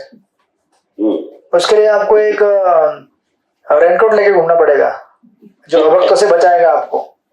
वो रेनकोट क्या है? वैष्णव संघ। रोज वैष्णव के संघ से जुड़े रहिए। तो अगर अभक्त कभी आपके संपर्क भी करे हैं तो भी आपको आपके पीछे वाला डिवोटी बोलेगा ये क्या ज्यादा घूम रहे हो उसके साथ। मेरे कहने का मतलब ये नहीं है कि आप किसी डिवोटी को साथ में सिक्योरिटी गार्ड रखें। कहने का अर्थ है कि गुरु की वाणी को हमेशा सुनते रहना चाहिए। जैसे ही ज्यादा असत्संग होगा आपको मालूम पड़ेगा कि ज्यादा असत्संग हो रहा है मुझसे, तो आपको मालूम पड़ेगा। तो अभक्तों से हमें डील करना पड़ता है उतने डील करने का जितना जरूरी है।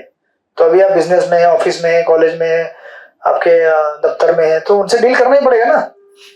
तो उतना डील करने का जितना आवश्यक है। जैसे आप अभी समझो मार्केट में गए सब्जी लेने के लिए, आप नहीं बोल सकते अरे यार ये अभक्त है, आप ऐसे देखेंगे ये सब्जी दे रहे 1 किलो, तेरे को नहीं देख सकता मैं, तो नॉट डिवोटी, ऐसा नहीं कर सकते ना आप लोग। उसे देखना पड़ेगा, बात करना पड़ेगा, इंटरेक्ट करना पड़ेगा, उसे रिक्वेस्ट भी करना पड़ेगा 2 रुपए जरा डिस्काउंट देना यार, बात करना पड़ेगा ना।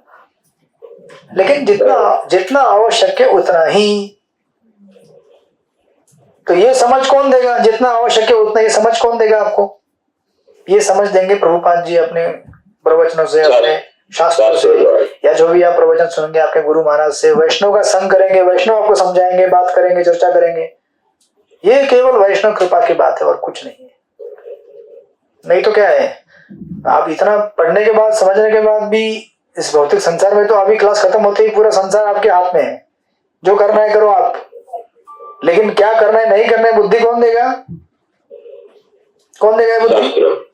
शास्त्र और गुरु और साधु कृपा देंगे तब मिलेगा हमें, नहीं तो नहीं मिलेगा। ठीक है? ठीक है प्रभु, हरे कृष्ण। हरे कृष्ण। और किसी का कोई प्रश्न है? नहीं है, सब लोग बोल रहे हैं हमें छुट्टी कर दो, अभी हम लोग जाएंगे। हरे कृष्ण प्रभु जी, दंडवत प्रणाम। हाँ बोलिए प्रभु। प्रभु जी, हम हर बार जब कहते हैं गुरु, साधु और शास्त्र, प्रभु जी गुरु तो हमें समझ गया कि आध्यात्मिक गुरु होंगे, वो हमारे शिक्षा गुरु या दीक्षा गुरु हो सकते हैं। शास्त्र भी जो हम उपनिषद है या हमारे भगवत गीता, भागवतम, चैतन्य चरितम वगैरह हो गए।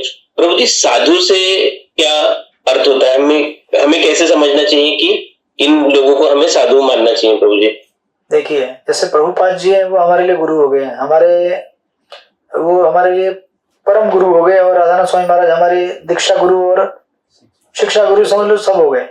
इसके अलावा भी इस्कॉन में बहुत सारे भक्त है ना, जो भक्त मतलब गुरु है, प्रभुपाद के शिष्य है, वो साधु हो गए। समझे कि नहीं समझे आप? या फिर इस्कॉन के अलावा भी बहुत सारे भक्त है ना, शुद्ध भक्त संसार में, अनेक अलग अलग संप्रदाय में, तो वो भी साधु हो गए ना। साधु मतलब वो जो अपना जीवन भक्ति में जीते हैं, शास्त्रों के हिसाब से जीते हैं और भगवान के भजन करते, साधु हो गए वो लोग। तो वो लोग भी हमें ज्ञान दे सकते हैं, भक्ति दे सकते हैं, समझा सकते हैं हमें। ये ट्राइंगल है, गुरु, साधु और शास्त्र। ये ट्राइंगल को हमें हमेशा पकड़ के रखना पड़ता है। अगर समझो कभी कभी आपको ऐसा लगे कि गुरु जो बोल रहे हैं वो बराबर बोल रहे हैं, तो शास्त्र से वेरीफाई करो। जो गुरु बोल रहे हैं वो शास्त्र में अगर है और जो शास्त्र बोल रहे हो गुरु है, तो पक्का मैच हो गया आपका। हाँ ये परफेक्ट है, क्योंकि गुरु को ऊपर रखना पड़ता है। थोड़ी आप ऐसे किसी को सरेंडर करेंगे तुरंत, हाँ मेरे गुरु जी आ गए, मैं कल मिलना, गुरु जाओ बेटा जाओ, 1 किलो चिलम लेके आओ। बोलेंगे शास्त्र में कहाँ लिखा चिलम लाने के लिए? है ना ऐसे बहुत सारे गुरु मार्केट में, है ना। वो बोलेंगे कि अरे बेटा तुम मुझे महीने में इतना दक्षिणा दो, तुमको जो करना है करो, तुम मेरे चेला हो, तुम भगवान के पास जाओगे। तो आपको शास्त्र में देखना चाहिए कहाँ लिखा है ऐसा, समझे कि नहीं। और अगर आपको दोनों में आप बोलेंगे ठीक है शास्त्र से समझ लिया, अभी गुरु से भी सुन लिया, लेकिन मुझे और वेरीफाई करना, तो साधु है, जाओ बहुत सारे साधु हैं। तो ऐसे ट्रायंगल में चेक करने का, गुरु, साधु, शास्त्र, तीनों को ऐसे सर्कल में चेक करेंगे आप, तो कन्फर्मेशन 100%। हाँ जो गुरु कह रहे हैं वो शास्त्र कह रहे हैं, जो शास्त्र कह रहे हैं वो साधु कह रहे हैं, जो साधु कह रहे हैं वो गुरु कह रहे हैं। ऐसा ट्रिनिटी बोलते हैं इसको, 100% फुल प्रूफ वेरिफिकेशन के लिए। और कई बार ऐसा हो सकता है कि आपके गुरु जो है वो बहुत दूर रहते हो, कितना आप गुरु से मिल पाएंगे, तो साधु है, साधु से मिलिए, समझे कि नहीं, इस तरह से। और कोई प्रश्न किसी का? बड़े शांत हो गए सब लोग, सन्नाटा। प्रभु जी, बहुत गुरु जो भक्त और अभक्त बोलते हैं प्रभु जी, प्रभु जी कभी कभी हमें खुद पे भी ऐसा लगता है कि इस क्षण ठीक है हम भक्त है और अगले क्षण हमारा आचरण अभक्त जैसा भी हो जाता है प्रभु जी, तो फिर उसके लिए कैसे क्या समझा जाए प्रभु? हमें कभी सोचना नहीं चाहिए कि मैं भक्त हूं करके, लेकिन इसका मतलब ये नहीं कि मैं भक्त नहीं तो फिर अभक्तों जैसा आचरण करना चालू कर दूं। हमें भक्त, देखिए ये हर भक्त का अपना नम्रता का भाव है कि भक्त हूं, मतलब भक्त कभी अपने आप को भक्त नहीं सोचता कि मैं भक्त बन गया हूं, वो सोचता है कि मैं कोशिश कर रहा हूं बनने की, मैं साधक हूं, मैं कोशिश कर रहा हूं, ये उसका भाव होता है, राइट। इसलिए वो कहता है कि मैं तो अभक्त ही हूँ। हाँ, लेकिन ये क्लियर कट डिमार्केशन है भक्त और अभक्त का। भक्त मतलब वो जो भगवान का भजन करता है, भक्ति करता है, भगवान के हिसाब से जीवन जीता है। अभक्त मतलब जो भक्ति नहीं करता भगवान की। तो हो सकता है हम कभी ऐसे होते हो, राइट। इसको करेक्शन करने के लिए हमेशा भक्तों का संग करना चाहिए। सारी चीजों का दवाई एक ही है, भक्तों का संग, जो कि सबसे कड़वा है। भक्तों का संग करना इतना आसान नहीं है। भक्त बोलेंगे प्रभु ऐसे मत करो, कितनी बार बोलते हो आप मुझे, तो सुनने की कैपेसिटी नहीं तो भक्तों के संग में कैसे जाओगे आप? भक्त तो बार बार बोलेंगे ना, जब करो जब करो जब करो जब करो जब करो, यही चिल्लाते रहते भक्त। बोलेंगे प्रभु इतना क्यों? नहीं, आपका जब होना चाहिए इसलिए। तो बोलोगे नहीं कैसे होगा जब? बोले संगीता माता जी, भक्तों का काम ही हुई है, डॉक्टर है वो, पूछते रहना दवाई लिया क्या, दवाई लिया क्या, दवाई नहीं लिया, दवाई लिया नहीं लिया, और बोलिए। तो अगले रविवार को प्रभुपाद जी का आविर्भाव दिवस है, तो उस दिन क्लास नहीं होगी, तो उसके अगले संडे को क्लास होगी। राधाष्टमी अगले संडे, नंदोत्सव राधा रानी का भक्त दिख रहे तो बोले राधा रानी का भक्त आ रहा है, मेरी राधा रानी का बर्थडे आ रहा है बाबा, 2 हफ्ते से छुट्टी कर दो। ठीक है, तो मंत्र दस्तक पूरा हो गया है, तो आप लोग पढ़ाई कीजिएगा इसका। विद्या का उपयोग किसी धीर व्यक्ति से लेना चाहिए, ऐसा बोल रहे हैं। क्या विद्या का उपदेश? बराबर, क्योंकि धीर व्यक्ति ही आपको उसका ट्रांसफर कर सकता है। जो अधीर है, जो पालन नहीं करता है, उसके पास शक्ति नहीं है आध्यात्मिक आपको ज्ञान ट्रांसफर करने की। जिस प्रकार बाहर की दुनिया में जब तक किसी के पास ऑथोराइज्ड गवर्नमेंट का डिग्री नहीं रहेगा, आप उसके पास पढ़ाई करने क्यों जाएंगे? आप ऐसे कॉलेज में एडमिशन क्यों लेंगे जिसको सरकार का मान्यता नहीं है? बोलेंगे यार मैं पढ़ाई तो कर रहा हूँ, लेकिन कल मेरे को डिग्री नहीं मिलेगा तो क्या करेंगे हम? तो आप उपदेश लेने के लिए उसके पास जाएंगे जिसको भगवान की मान्यता प्राप्त है। और कैसे चेक करेंगे? आप देखेंगे शास्त्र क्या कहते हैं, उसका आचरण कैसा है, दोनों मैच हो रहा है, ये पक्का आदमी है। उसके पास शक्ति होती है आध्यात्मिक, वो अपनी शक्ति से आपको, देखिए ना प्रभुपाद का उदाहरण दिया ना मैंने आपको, इतने सारे ये जो शराब पीने वाले, जुआ खेलने वाले, ये सब लोग अचानक भक्त कैसे बन गए? इतना आसान है क्या 4 दिन में भक्त बनना? लेकिन बन गए कैसे? प्रभुपाद ने इनको शक्ति दिया अपनी तरफ से, राइट। और आपको प्रभुपाद ने बाद में शास्त्र भी सिखाया, उनको समझाया शास्त्र। ऐसा नहीं कि वो कॉलेज वाले देख के गए, इनको कुछ शास्त्र समझ में नहीं आता लेकिन चैंटिंग आता है, ऐसे नहीं। बाद में प्रभुपाद ने इसे भक्ति शास्त्र कोर्स बनाया, किताबें लिखी, भक्तों को एजुकेट भी किया, सिखाया शास्त्र क्या होते हैं। लेकिन ये ना सोचे कि केवल हमें शास्त्र समझने से हम सब कुछ समझ जाएंगे, नहीं। हमें गुरु की कृपा तब मिलेगी जब शास्त्र पढ़ के, सुन के उसके ऊपर अमल करें और सेवा करें। ये नहीं है कि मैं तो सब कुछ जानता हूं, अभी मैं बन गया हरे कृष्णा।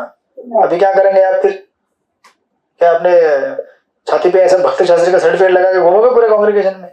मैं भक्ति शास्त्री हूँ, कोई हाथ मत लगाओ मेरे को। हाँ, मैं सेवा नहीं कर सकता, क्यों? मैं बड़ा पंडित हूँ। अरे यहाँ पे डिग्री इसलिए ली जाती था कि आप सेवक बने अच्छे, इसलिए नहीं कि आप लोगों को दिखा सके। सेवा करने के लिए सब प्रयास चालू है ताकि अच्छे सेवक बने हम। अच्छे सेवक बनने का ट्रेनिंग है, कोर्स का नाम चेंज कर देना चाहिए, अच्छे सेवक बनने के लिए। हाँ बोलिए मीनाक्षी किशोरी माता जी, बोलिए। हरे कृष्णा प्रभु जी, थैंक यू सो मच, आपका लेक्चर इतना अच्छा होता है। तो प्रभु जी अभी आपने अटेंडेंस के बारे में बोला ना, तो मैं लास्ट मंथ 5 हफ्तों के लिए मैं यूएस गई हुई थी, तो उसमें से 2 लेक्चर तो आपके, एक शायद आप तब यात्रा में गए थे और एक कुछ आप उस दिन मूवी देखने गए थे, तो 3 ऐसे मेरे कुछ लेक्चर मिस हुए। तो बस मैं आपको ये बताना चाह रही थी, और वहां पे टाइम जोन अलग थी। एक बार तो मैंने बहुत कोशिश की कि मैं, आपने 3 बजे की क्लास 2:30 बजे की, लेकिन उस समय वहां रात के 2 बज रहे थे, तो मैंने कोशिश की अटेंड करूं लेकिन नहीं हो पाया। चलेगा? कुछ प्रामाणिक जेन्युइन कारणों से अगर आप नहीं आ पा रहे हैं, बीमार हैं या कहीं कुछ ऐसा हो तो ठीक है ना, लेकिन आप स्वस्थ हैं, भारत में है, टाइम है, लेकिन मैं सो रहा हूँ और फिर परीक्षा आती तो मैं बोलता अरे मुझे परीक्षा देनी है, ऐसा नहीं चलेगा, ऐसा नहीं चलेगा। तो फिर आपको कॉलेज में भर्ती हो जाना चाहिए वापस। कॉलेज में ऐसा होता है आजकल, मालूम है ना, जाते ही नहीं लोग, अपना नाम दर्ज करते हैं और फिर अपना कुछ प्राइवेट ट्यूशन करते हैं, मजा करते हैं, फिर लास्ट में एग्जाम देके मेरा हो गया, मैं IIT पास हो गया। ऐसा नहीं है हमारा यहाँ पे। मैं आपको इसलिए यहाँ नहीं बुला रहा हूँ कि मैं लेक्चर दे रहा हूँ, इसलिए यहाँ पे आपको बुलाया जा रहा है ताकि ये कल्चर है, एसोसिएशन है, संघ है, यहाँ पे हम लोग आपस में सीख रहे हैं। ऐसा नहीं कि मैं कुछ बोलता हूँ और मैं जो भी बोलता हूँ, मैंने जो भी सीखा है अपने गुरुजनों से, जो भी नोट स्टडी करके डॉट आउट किया वही आपको पढ़ा रहा हूँ, और कुछ नहीं है। रिपीटेशन है, मैं तो जो मतलब सुनता हूँ वही पढ़ा रहा हूँ आपको, मेरा कुछ नहीं है इसमें। तो ये संघ में आने से हमारे कल्चर और आदत बनेगा, कथा सुनने के लिए एक साथ बैठने का, ये आदत लगा रहे हैं हम, और कुछ नहीं है। इसीलिए कहा कि अटेंडेंस तो जेन्युइन कारण इसे गया तो कोई प्रॉब्लम नहीं, उसको हम ये कर देंगे। और प्रभु जी जो हम मतलब कि जो लाइव क्लास लेते सुनते हैं और प्लस उसके बाद जो वीडियो देखते हैं उसका इम्पैक्ट अलग होता है, लेकिन लाइव क्लास का अलग होता है ना, वीडियो का उतना नहीं होता। बराबर, वो तो है ना, क्योंकि शक्ति तो ज्यादा है ना। अभी जो यहाँ पे ऑनलाइन अटेंड करते हैं उनको पूछिए, ऑनलाइन ऑफलाइन में बहुत फर्क होता है। फिर ऑनलाइन का भी हम दूसरा ऑनलाइन करते हैं डायरेक्ट वीडियो रिकॉर्डिंग सुन के, बट ठीक है, कभी कभी अगर टाइम नहीं मिला क्या करेंगे तो अब रिकॉर्डिंग सुन लीजिए। बट 75% अटेंडेंस, और उस अटेंडेंस के मार्क्स भी है आपको, 10% मार्क्स उसके मिलते हैं आपको, मालूम है क्या आपको, 100 में से।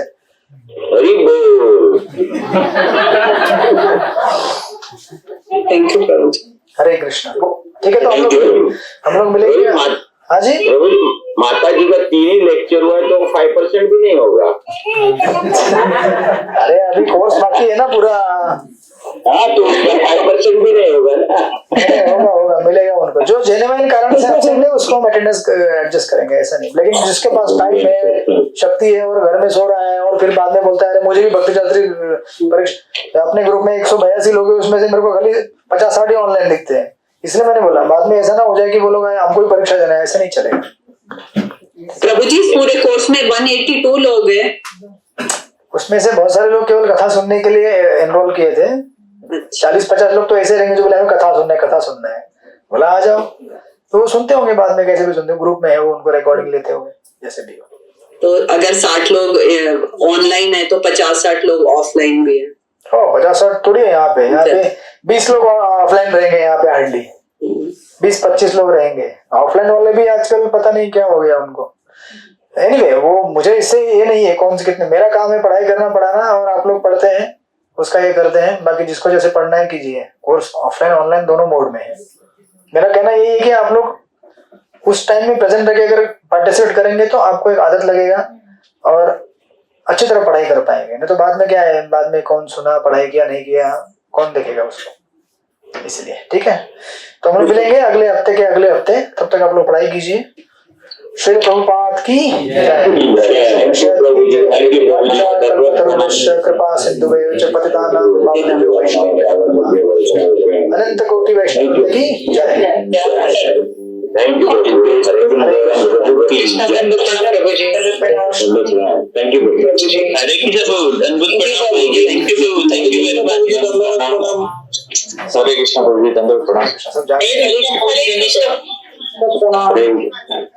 हरे कृष्ण प्रभु जी, दंडवत प्रणाम। हरे कृष्ण प्रभु जी, दंडवत प्रणाम। हरे कृष्ण।